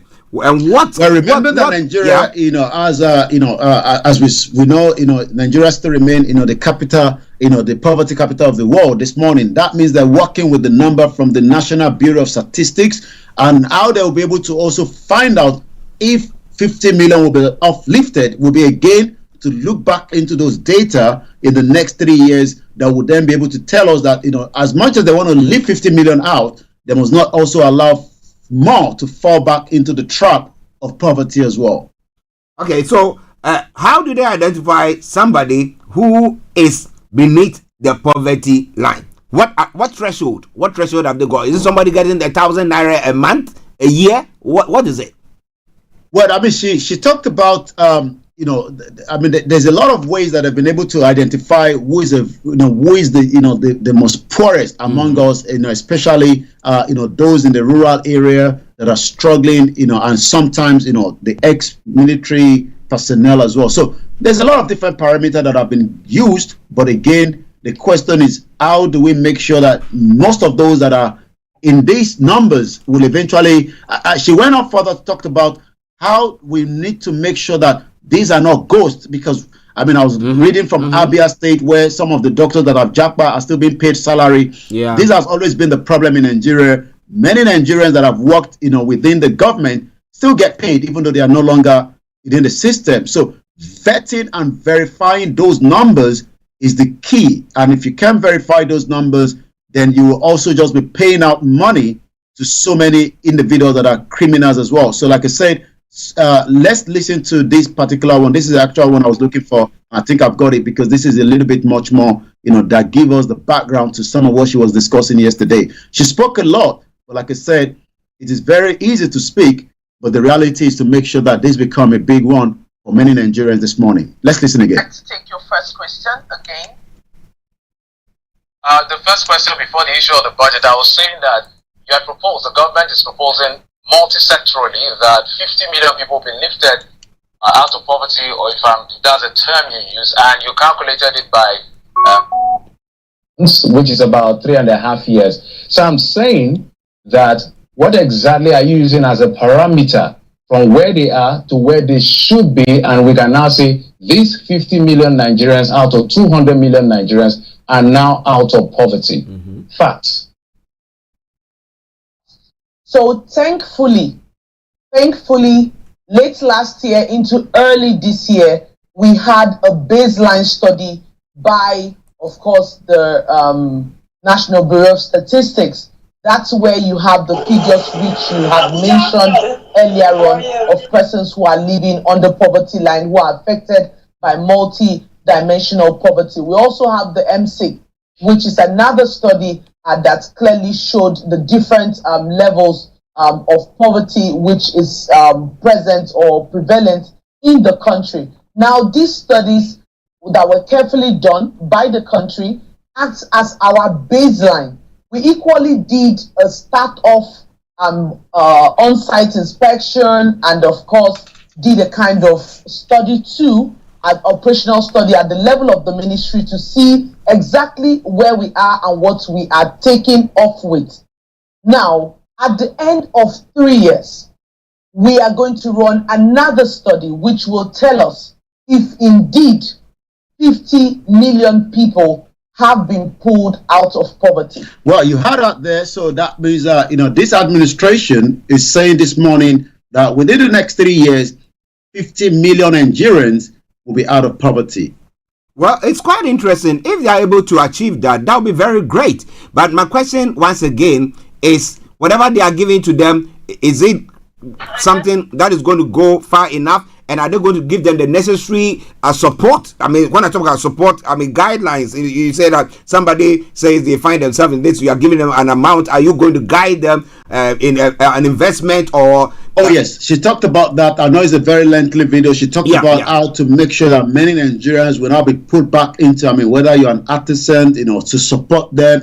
Also they're going to be building more homes. 2-bedroom, 1-bedroom, especially those within the IDP camp. They're going to pull them out. So, I mean, these are very good initiatives, but we will see and monitor, and hopefully within the next 3 years, we'll be able to come back and talk about more of these as well, when that time comes. Well, first year of a president, if he's able to be doing all this or putting all this together, then what do you think? Maybe he will do well. Maybe we need to give him a chance. Or maybe somebody will think that it's too little, too late. But what do you think about all that? Starr Radio UK, your favorite African and Caribbean radio station in London. 11:32. Let's go back to Yomi for the rest of the stories making the rounds. Over to you, sir. Well, still so much, to pick on from on the Friday, as the Friday to the weekend. The weekend, as we're going to be off on Monday, that means that we'll be back, after the short break from the Christmas festival period as well. So much, many Nigerians continue to ask questions. Baby, one other trapped in a Lagos building collapse is coming up this morning again. At least 3 yet to be identified persons, including a baby and one adult, have been trapped in a collapsed building in Ibutimeta of Lagos State today. This just one person has been rescued from the debris of the collapsed one-story building with a penthouse. The director of the Lagos Fire Service, Margaret Adeshaye, disclosed this in a message this morning. So let's hope and pray that these individuals are pulled out as well. Well, as we talked about the Port Harcourt refinery yesterday, remember that the president promised that the Port Harcourt refinery will be up and running. Port Harcourt refinery is now to process 60,000 barrels daily after repairs as well. If I just come off just for a few seconds, please. Okay. Listeners, just bear with us whilst we take Yomi off a few seconds. Let him sort because we are bringing you all the updates from home. Yeah, he's doing it from home. I'm in the studio though. Yeah, it's Starr Radio UK. That's a good one. It's a good one for the government. I mean, if they are able to do as Yomi is saying, the Port Harcourt refinery working the way it's supposed to be, and then 60,000 barrels refined a day. Well, it's a beginning. So far as at the end of the day, we'll find out that they have made some profit from there. That would be good for the country, right? Okay, and the sub-region as well. Sami, you, Adeyemi, good morning to you. I hope you are doing very, very well wherever you are listening to us from and getting yourself ready for the Christmas festivities. But let's go back to Yomi for the continuation of what he was saying. Over to you, sir. Well, at 34 minutes past 11 this morning, the federal government yesterday announced the mechanical completion of the rehabilitation work on Area 5 plant of the Port Harcourt Refinery Company in Rivers State. It says the first phase of the plant has been completed as the facility will start to refine 60,000 barrels of crude oil just after Christmas. That's going to be about 170 liters of refined petroleum product can now be obtained from the barrel of crude oil.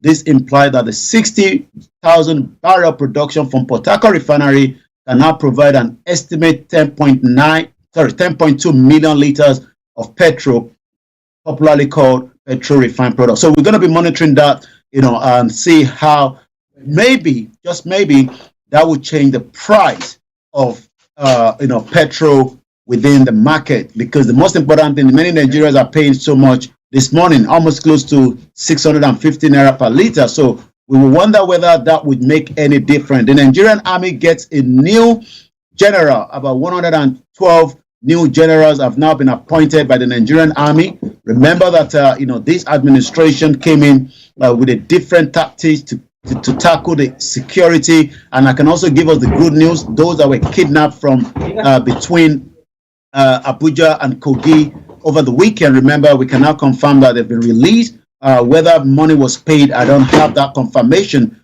but we know that they've now been released. I've seen some of those videos, and it seems that some of them have been badly damaged as well when it comes to their health from the way they were walking. The Nigerian Army Council has promoted a total of 47 brigade generals to major generals. Also, 75 colonels were elevated to the rank of brigadier general. Their promotion is just coming after the retirement of 113 generals as at Wednesday. This is coming from the statement by the Director, Army Public Relations, Brigadier General Oyema Iwachuku, said the council literally approved the promotion of the senior officers on Thursday. Well, we are still getting the naira scarcity, Mr. Archie, as I know that this is going to be the most busy weekend, as everybody will be making the China goods, whether in UK, in America, especially those that are celebrating. But the problem in Nigeria is, even though you're sending the money home for your loved ones, they are finding it difficult to get the money out of the POS and the ATM. But it seems that the CBN is taking a very, very big stand on these and is now giving just a strong warning. The naira scarcity, the Central Bank of Nigeria, is now warning the banks, the POS operator, against collusion. The CBN says it has now started investigating reported cases of collusion between the banks and the POS operator. I'm not too sure why that, but it seems as usual, everything goes in Nigeria. As the cash scarcity occasioned by the redesign of the 3 naira note continue to bite Nigerians, about a year after the implementation of the policy, the Central Bank of Nigeria has warned against collusion between the deposit money banks, DMBS, and the point of sales POS operator. This was a statement that was issued yesterday by the spokesperson, Sidi Ali Akama. The Apex Bank said that such collusion was literally affecting the availability of cash, the seamless circulation of the naira in the country. The CBN said it has now started this investigation that it seems that the banks and the POS are capable of undermining the smooth running of the economy. I hope that whenever one of these and individuals of these banks are found, they are going to be punished just the same way we saw those 2 police officers that have now been withdrawn out of service. Because Nigerians cannot be already facing so much biting economy when those that wants to help cannot even get access to the money that have been sent to. That means that we'll be monitoring this and we'll be reporting back when we come back as well. Cash Crunch Ogun becomes the latest APC to join the state to join suit against federal government. The Ogun State governor has filed an application at the Supreme Court of Nigeria seeking to join Kaduna, Kogi, and Zamfara State in a suit against the federal government of Nigeria over the validity deadline of the old 200 and the 500 naira and the 1,000 naira.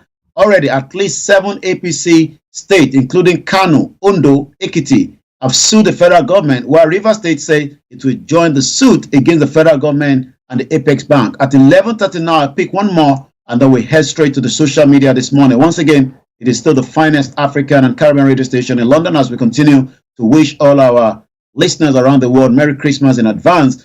Well, again, as we talked about, the security, we talked about mostly, businesses. Like I said, we've been following back to back, the business situation in the country, and many are lamenting and complaining.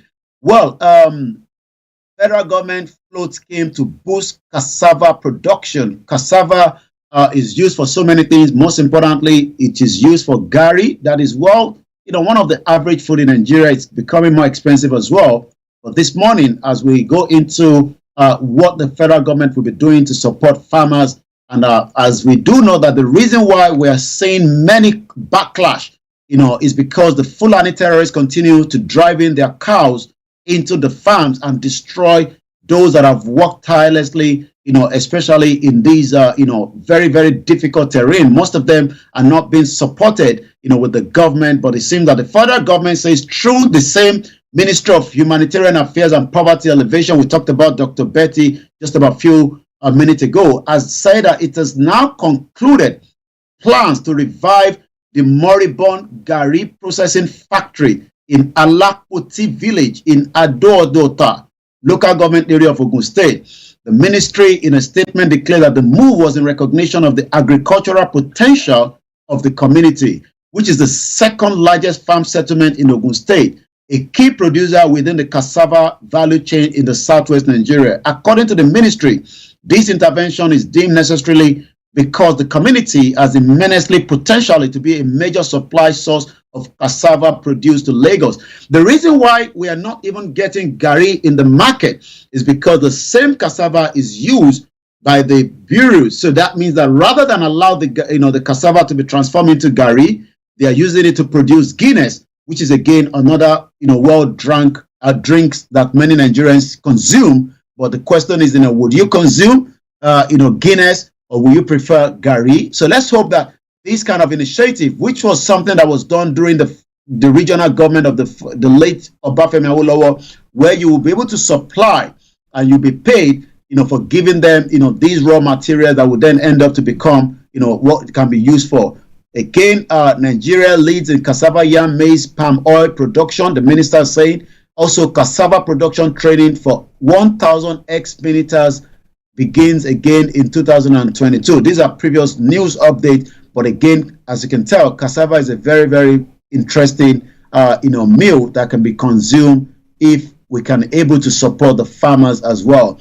As we go straight into some of the other conversation, we're still more about concern about the poverty level in the country. So I'll pick one more, then go straight into the social media because of the time constraint. The N-Power beneficiaries are now receiving arrears. Again, this is coming from, Betu Edu. Betu Edu say payment have now started on Wednesday and we continue to the last period is paid. The federal government has resumed payment of the arrears of beneficiaries of the N-Power program. The beneficiaries were being owed some month's salary by the former President Muhammadu Buhari administration. However, the Minister of Humanitarian Affairs and Poverty Alleviation, Betty Edu, said yesterday payment of arrears to these beneficiaries have started on Wednesday and will continue until the last person is paid. So it seems that Nigerians, the government is doing whatever they can do to support and make sure that they can stop the poverty level in the country. As we go straight to the social media where many conversation happens and where many Nigerians, bring out different things that we can look up to, so much as we look at what is trending this morning. First and foremost, what I've just picked up is the story of a man that died. Again, as many people died in Nigeria, Dele Giwa died, the Chief Justice Bola Ige died, Tolulope Arotile died, Ayanwola Bamishe died. But this particular one has been, another mystery. And I'm sure when we mention the name in just about a few minutes, many will remember him and many will ask questions wherever and how we have not been able to resolve, his death mystery. The story of Funshaw Williams, the man who could have become the Lagos State governor. However, he was assassinated in his home at Dolphin Estate, Ikoyi. The person who did it is still walking free. Again, the question is, how do we resolve, murder cases? How do we make sure that justice is served to not just, the rich, but also to the poor? But it seems that this is, as we know, that this is a political killings, because he could have been the governor of Lagos State when we returned back to the democracy, in 1999. But for whatever reason, Funshaw Williams is dead, is still a mystery, and many questions still surround it. So let's look at what Nigerians are saying to the death of Funshaw Williams. Funshaw Williams attended the St. Paul Catholic School, Ebute Metta, and later St. Gregory College in 1968. He studied at the University of Lagos, attained a degree in civil engineering. He went further to attend New Jersey Institute of Technology. In 1974, returned to Nigeria, joined the Lagos Civil Service. He spent 17 years working on construction projects in Lagos State. Approximately 70% of the roads and bridges were built under his stewardship. He was a permanent secretary about the time he left the civil service in 1991, went into the business, shortly returned to public service, a Lagos State Commissioner under Colonel Olugosoye Oyinlola administrator. In the mid-90s, Williams decided to enter politics, and as they say, when you enter politics, everything goes along with it.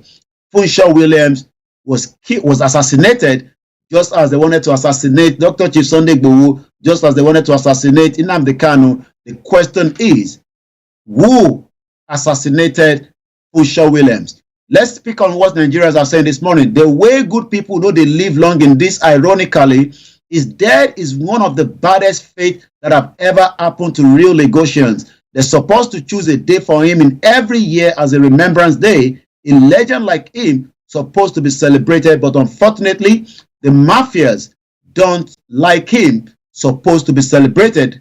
Don't like that to be happening. Again, we pick on one more comment from many Nigerians that are talking about Funshaw Williams this morning.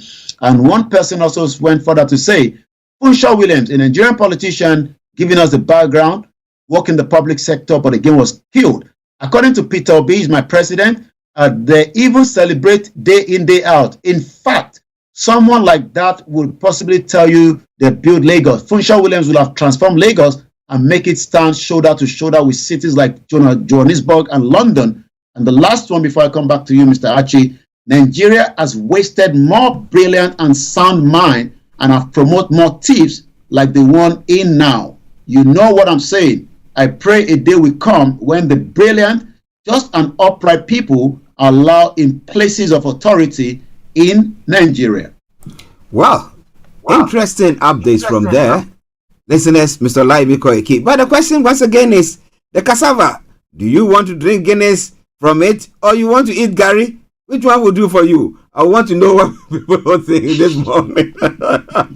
You go drink alcohol, your tummy will be doing who. Eat Gary. You eat Gary, you're satisfied. Maybe the Guinness is for those of us abroad. So we allow our people to starve and then we drink the Guinness. Because Nigerian Guinness is well respected in Europe than the one produced there because of the way it has been produced. Oh, okay, interesting. And then let me say, Funshaw Williams, may his soul rest in perfect peace, and to his family and loved ones, too, condolences to them. A very, very sad one there. But well, Yomi, we have to run up. Can you wish our listeners a Merry Christmas and a prosperous New Year? That we will be resuming on Wednesday, God willing. So we take the 27th and 26th, and is it 25th and 26th? So we'll be back on 27th. Yeah.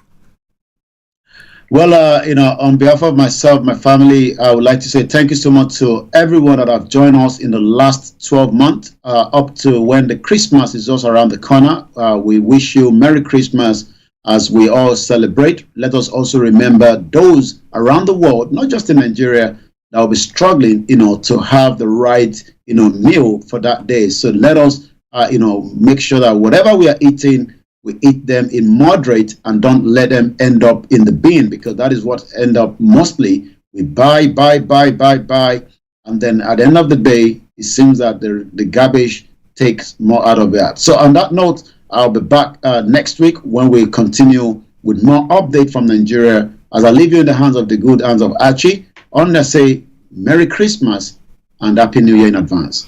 Yes, Merry Christmas to every one of you there. Yomi, Merry Christmas to you. But we'll catch up sometime this afternoon or this evening. We'll catch up.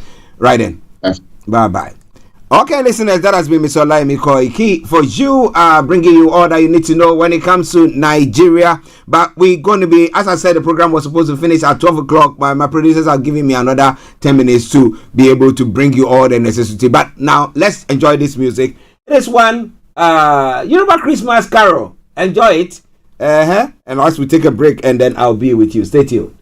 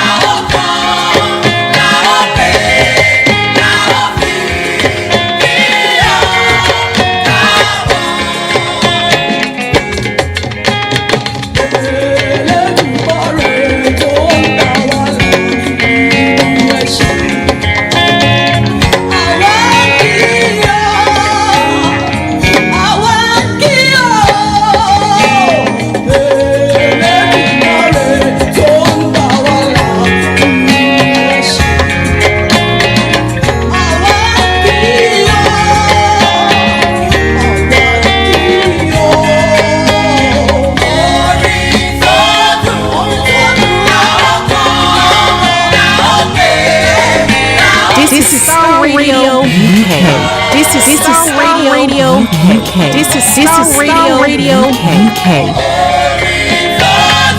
Oh, some nice Christmas tune there from Nigeria coming your way this morning. I hope that you enjoyed it. But listeners, it is Starr Radio UK. It is your favorite African and Caribbean radio station in London. On this special Friday program that we are bringing your way. So just bear with us because we'll be running up pretty soon to prepare ourselves. Some journeys that we need to be taking, and those are quite lengthy ones. But hey, whatever it is, we're going to be doing it. So wherever you are, stay tuned. Don't touch the dial. Starr Radio UK, your favorite African and Caribbean radio station in London. So moving on straight to. Okay, my producer wants us to take a commercial break, a quick one, and we'll be with you. Stay tuned.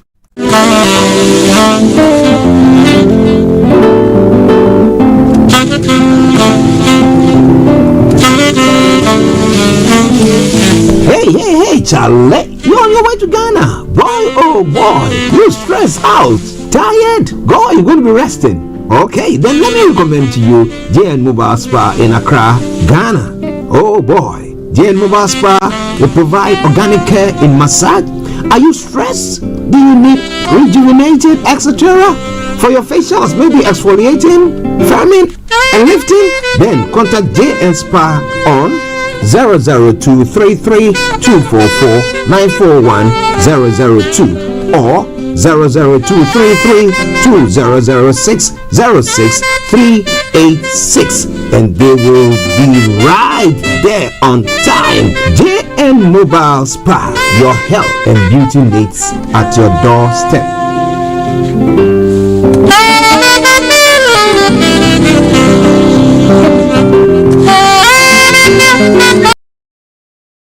Joy to the world, the Lord is come. Let earth receive a king. Hey, listeners, yes, let earth receive a king. It is Starr Radio UK. I'm Archie, and I wish you all a Merry Christmas and a prosperous New Year. Welcome back to the program, Starr Radio UK. 5 minutes to the top of the hour at the time. And it is the Friday edition of the morning show.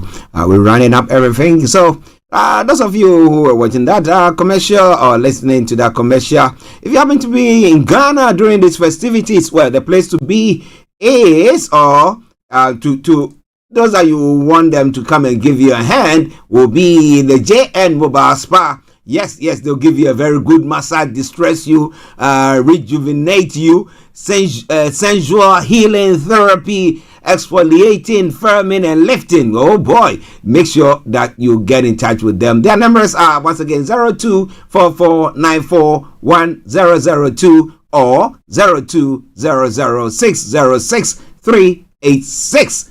Get in touch with them and they will help you calm down and chill out the way you really want to do, so that by the time you come back, you know that you've really rested. All right then. So let's move on straight to some other stories making around this morning. At 4 minutes to the top of the hour. Yeah. In other parts of Africa this morning, now France has closed its embassy in Niger, marking a definitive split. Well, information coming through, France has decided to close its embassy in Niger, where it is no longer able to function normally or carry out its missions, according to diplomatic sources, definitively confirming a split between the two countries. This extremely rare measure comes after Niamey announced on December 12 the departure of all French soldiers deployed in Niger as part of the anti-jihadist effort by December 22, which is this Friday. Or today. Now, this marks the culmination of strained relations between France and Niger since the generals took power in Niamey during a coup on July 26. In Mali and Burkina Faso, where military regimes also expelled the French army in recent years after coups, France maintained its diplomatic representation despite strong tensions with these countries, now which have aligned themselves with Russia, as Niamey seems to be doing. Now, 4 French officials described as intelligence agents by Burkinabe source and IT maintenance technicians, according to a French diplomatic source, were arrested in Ouagadougou in early December. But the dispute seemed insurmountable in Niger, where after the attack on our embassy last July 30, and after the establishment of a blockade around our premises by the Nigerian forces, we had, at the end of September, evacuated most of our diplomatic staff, explained a diplomatic source. The French embassy in Niger is therefore no longer able to function normally or carry out its missions, acknowledging this situation. So what is it going to be for those who want to be traveling to France? I mean, Nigerians who, I mean, because of the affiliation as a French colony, they were keeping they were keeping how many percent of their GDP with France. And then they were educating themselves. They were getting them Nigerian citizens being educated in France and all that they were doing. So now, if there are students or people who want to go to France to go and study, how will they come or do it? How would they go about it? Listeners, it's all coming away from Star Radio UK. It is your favorite African and Caribbean radio station in London. Now, it's almost 12 o'clock, and as I did say, we're going to be running up the program pretty soon. So don't even think of touching the dial. Now, let's move on to some other stories, a couple of them, and then we can be bringing. Now, when it comes to the presidential elections, okay, now Senegalese Prime Minister Amadou Ba has accepted the ruling party's investiture as its candidate for the upcoming presidential elections scheduled for February 25. The investiture ceremony took place in Dakar, attended by delegates from the ruling party and allied factions. Ba's candidacy was officially declared through a resolution read by party spokesperson Seydou Gueye. During his acceptance speech, Prime Minister Amadou Ba expressed his commitment and confidence in leading the country towards progress. He emphasized the continuation of the implementation of the Emerging Senegal Plan, a comprehensive development initiative initiated by the outgoing President Macky Sall. Ba, who has been at the helm of the government since September 2022, outlined his vision for achieving greater peace, prosperity, and equitable distribution of wealth. But do you think he will have a fair chance? Or is the election going to be fair? Because somebody will say, well, they are the ruling government, and therefore they always have ways and means. But in other stories making the round, France has revoked the ministerial decree authorizing the extradition in 2020 of the brother of former President Blaise Compaoré, Paul Francois Compaoré, to Burkina Faso, where he is accused of the murder of a journalist in 1998, and the Chancellery said yesterday. The decree was repealed on December 13, announced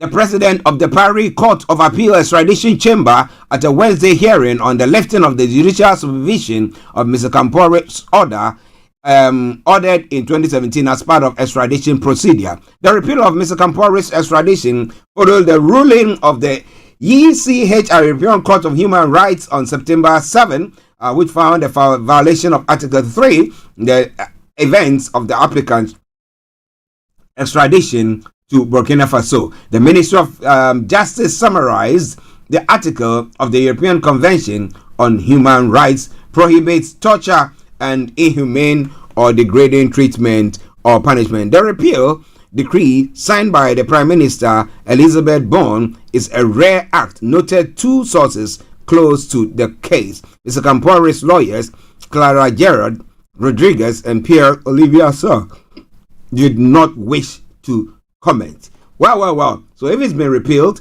okay, then that means he can stay there. Or what do you think? This is all coming away from Star Radio UK. It is your favorite African and Caribbean radio station in London.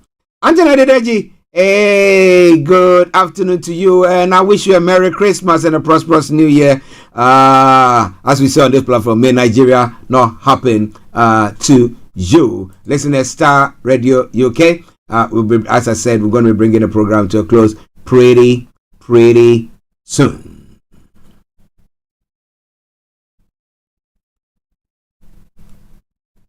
Well, interesting developments from the African front as well. Benin wishes to re-establish ties with its core business partners in Western Africa, which have undergone unconstitutional regime changes. President Patrice Talon revealed this in Porto Novo during his State of the Nation address in Parliament on Thursday.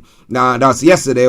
He said that in a quote, "We want a world free of war and terrorism. We believe in the peaceful coexistence of nations and people. It is the same logic that prompts me to express today our desire to see a rapid restoration of relationship between Benin and countries where coup d'etats have been used to undermine democratic processes." Let me leave it there like that.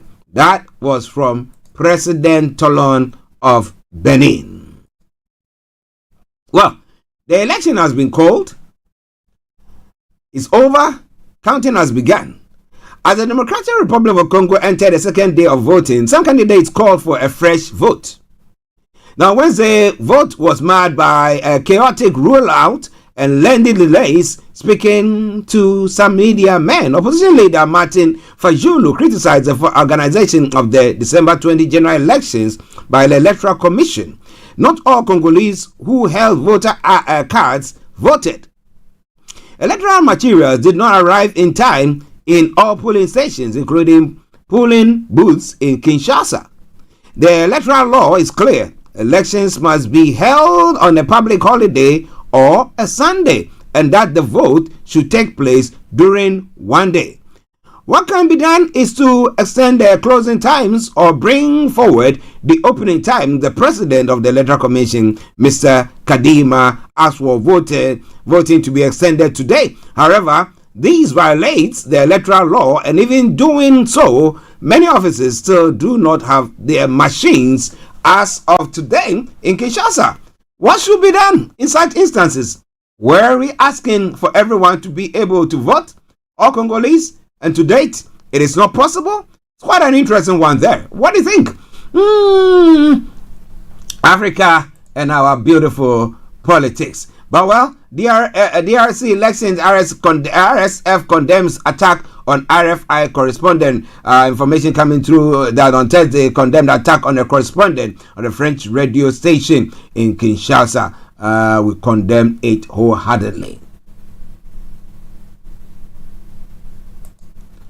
Well, moving on, let's go to Ghana as well. Ghana's parliament has marked a historic milestone by legalizing cannabis cultivation for medical and industrial purposes. Aligning with the global momentum embracing the multifaceted benefits of cannabis, this groundbreaking decision made on December 14 grants the Interior Minister the authority to issue licenses, ushering in a transformative era in Ghana cannabis regulation. Now, Ghana's commitment to realizing cannabis potential was underscored by the passage of the Narcotics Control Commission Act 2020, Act 1019. Now, this move aligns with the global wave of countries harnessing the potential of the cannabis industry, which was estimated to be worth $30 billion in global GDP in January 2022. Licenses cover the entire spectrum of cannabis-related activities, including cultivation, processing, distribution, sale, import, and export. Critically, these licenses adhere to stringent THC content standards, limiting levels to 0.3% on a dry-wet basis. Listeners, Starr Radio UK, your favorite African and Caribbean radio station in London. Well, still in Ghana, one more story from there.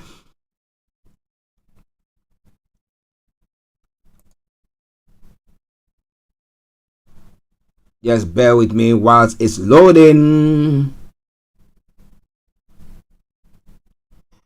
Ghana Youth Manifesto has been launched in Accra.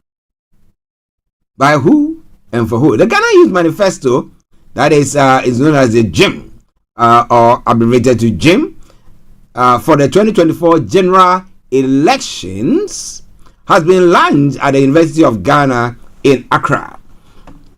The Ghana Youth Manifesto is to amplify the voice of the Ghanaian youth as active and influential stakeholders in the civic, democratic, and socio-economic spaces in Ghana.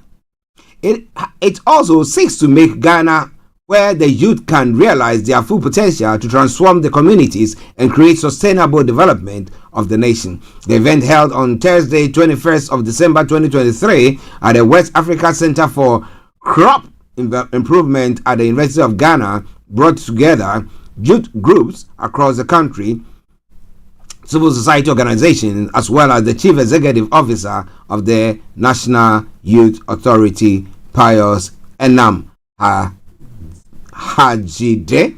Okay, so coming your way from Starr Radio UK, your favorite African and Caribbean radio station in London. Let's move on to other parts of the world and look at what is going on. Well, breaking news coming through. Rare fares will be going up in England by 4.9%, up to 4.9%. Okay, yes, next year. So being forewarned is being forearmed. Okay, get yourselves ready. But in other parts of the world, as we're looking,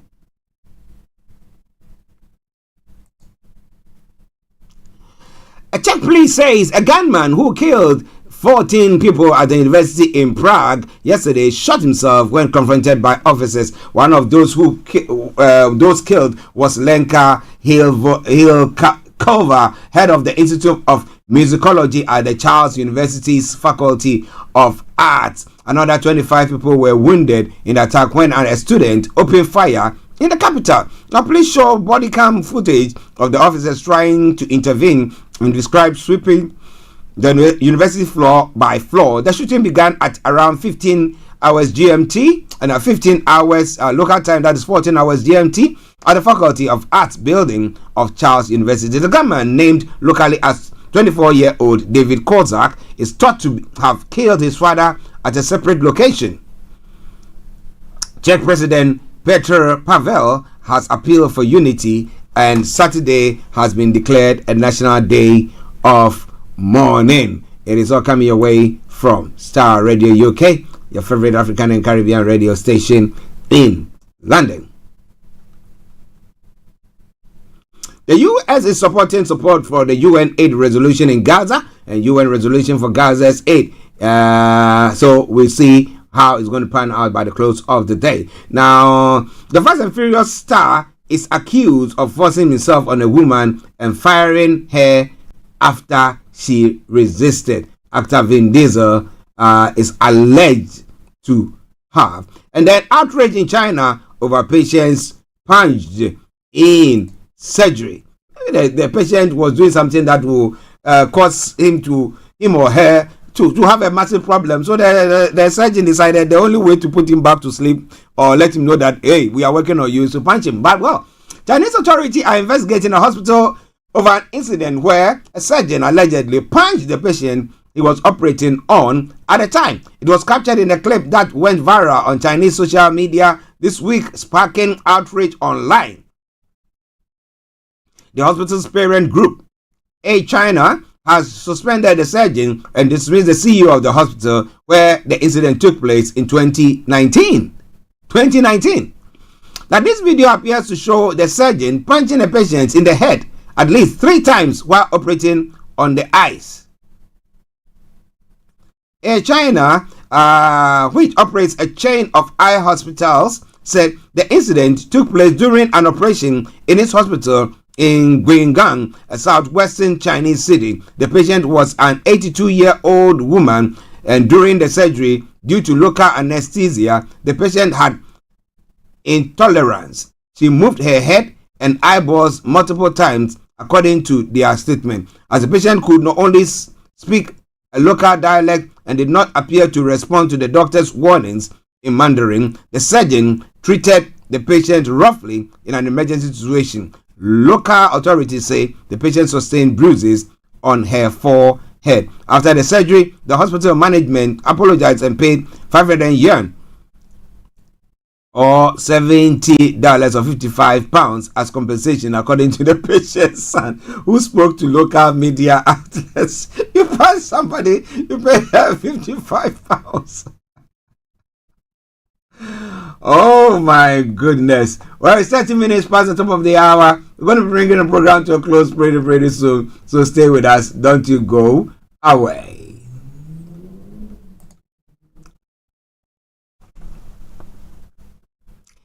Well, the UK is risking a recession after the economy shrunk. Is a story that's making the round this morning. The UK is at risk of recession after revised figures show the economy shrunk between July and September. Gross domestic product, which measures the health of the economy, contracted by 0.1% after previous estimates suggested growth has been flat. Meanwhile, there was zero growth between April and June after it was first calculated to have risen to by 0.2%. A recession is typically defined as when the economy shrinks for 2-3 months periods or quarters in a row. There have been concerns over the UK's weak economic growth for some time, but the country has managed to avoid a recession so far. Ashley Webb, UK's economist at the Capital Economics, said that the revised figures may mean that the mildest of mild recession started in the third quarter between July and September. But he added, regardless of whether there was a small recession, the bigger picture was that the economists expected economic growth to remain subdued throughout 2024. It is all coming your way from Starr Radio UK.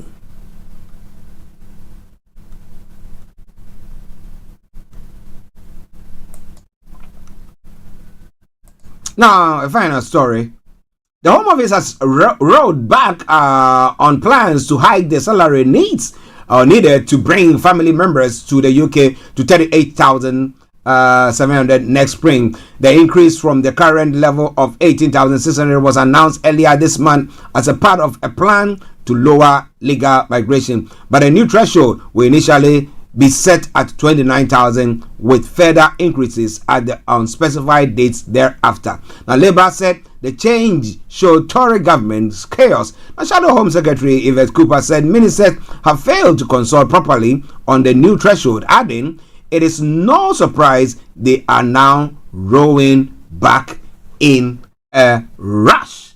Okay, it is all Starr Radio. Okay, do you think that the election is going to be holding next year, early or mid next year, or May, spring elections? Are we going to be seeing something of the sort, or summer elections? Are we going to see anything of the sort there? Listeners, in this Starr Radio, we're going to be bringing the program to a close in the next few moments, and this is the final story.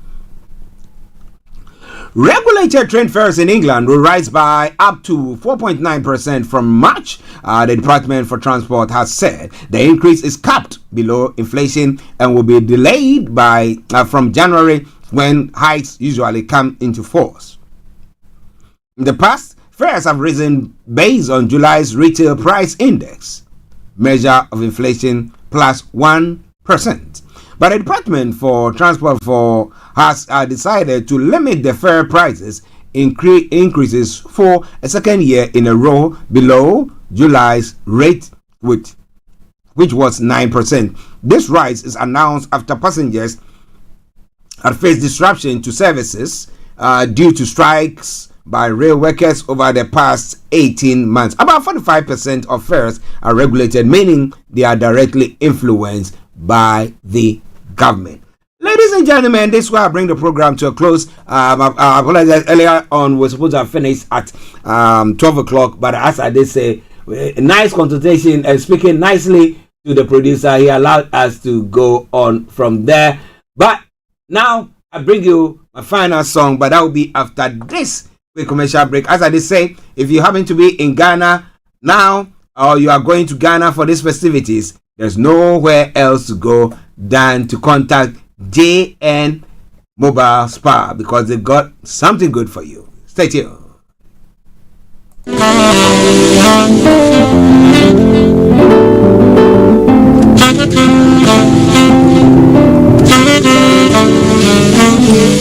Hey, Charlie, you're on your way to Ghana. Boy, oh boy, you stressed out, tired? Go, you're going to be resting. Okay, then let me recommend to you JN Mobile Spa in Accra, Ghana.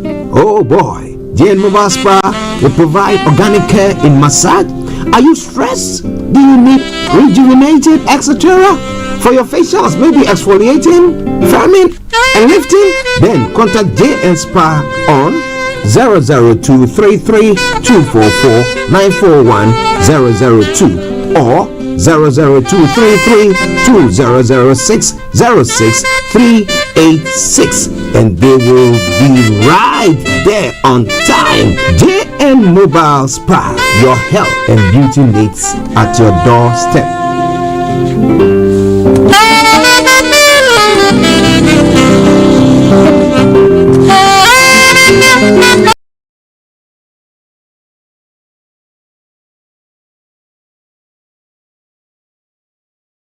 Joy to the world, the Lord is come. Let earth receive a king. Hey, listeners, yes, let earth receive a king. It is Starr Radio UK. I'm Archie, and I wish you all a Merry Christmas and a prosperous New Year. Okay.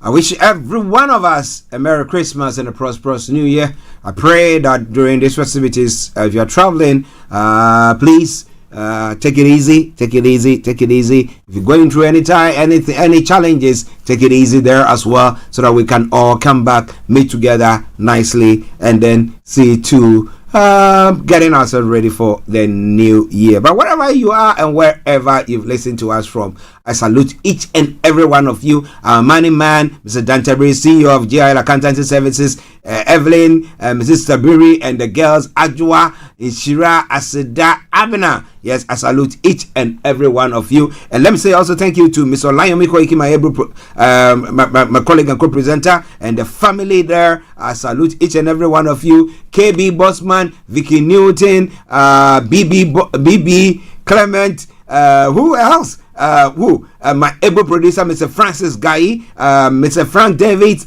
and every one of you who work behind the scenes, Bishop Adeshina, Anthony Adedeji, Aziz, Sami you, Adeyemi, and as many of you across the length and breadth of this world. I salute each and every one of you. I'll see you all on Sunday. Yes, of course. On Sunday, there will be a live church broadcast. And tomorrow morning as well, there's going to be the pa-para-para. You know what? It's going to happen? Yes. The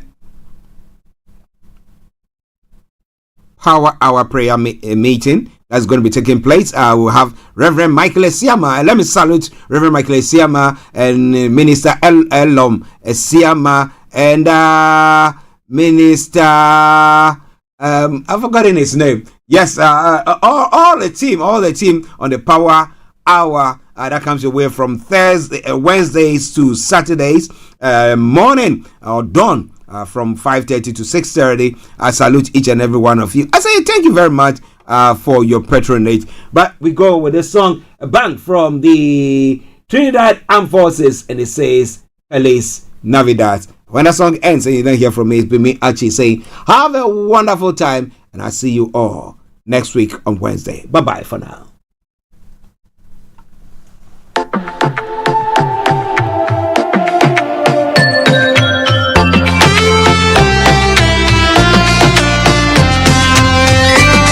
And so this is Christmas, and what have you done?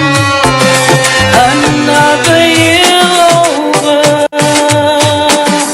and a new one's just begun. And so this is Christmas. I hope you have fun, the near and the dear ones, the old and the young. A very Merry Christmas and a Happy New Year. Let's hope it's a good one without any fear. Oh, this ye Christmas came, कमजोर और मजबूर, अमीर और गरीब ये जग इतने लंबी है. And so happy Christmas for black and for white, for Maria hero. They had rebels beluchar.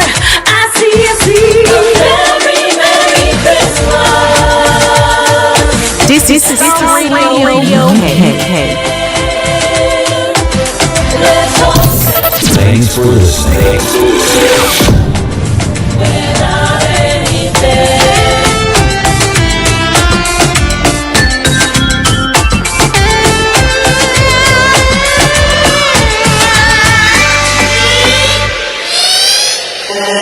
so this is Christmas.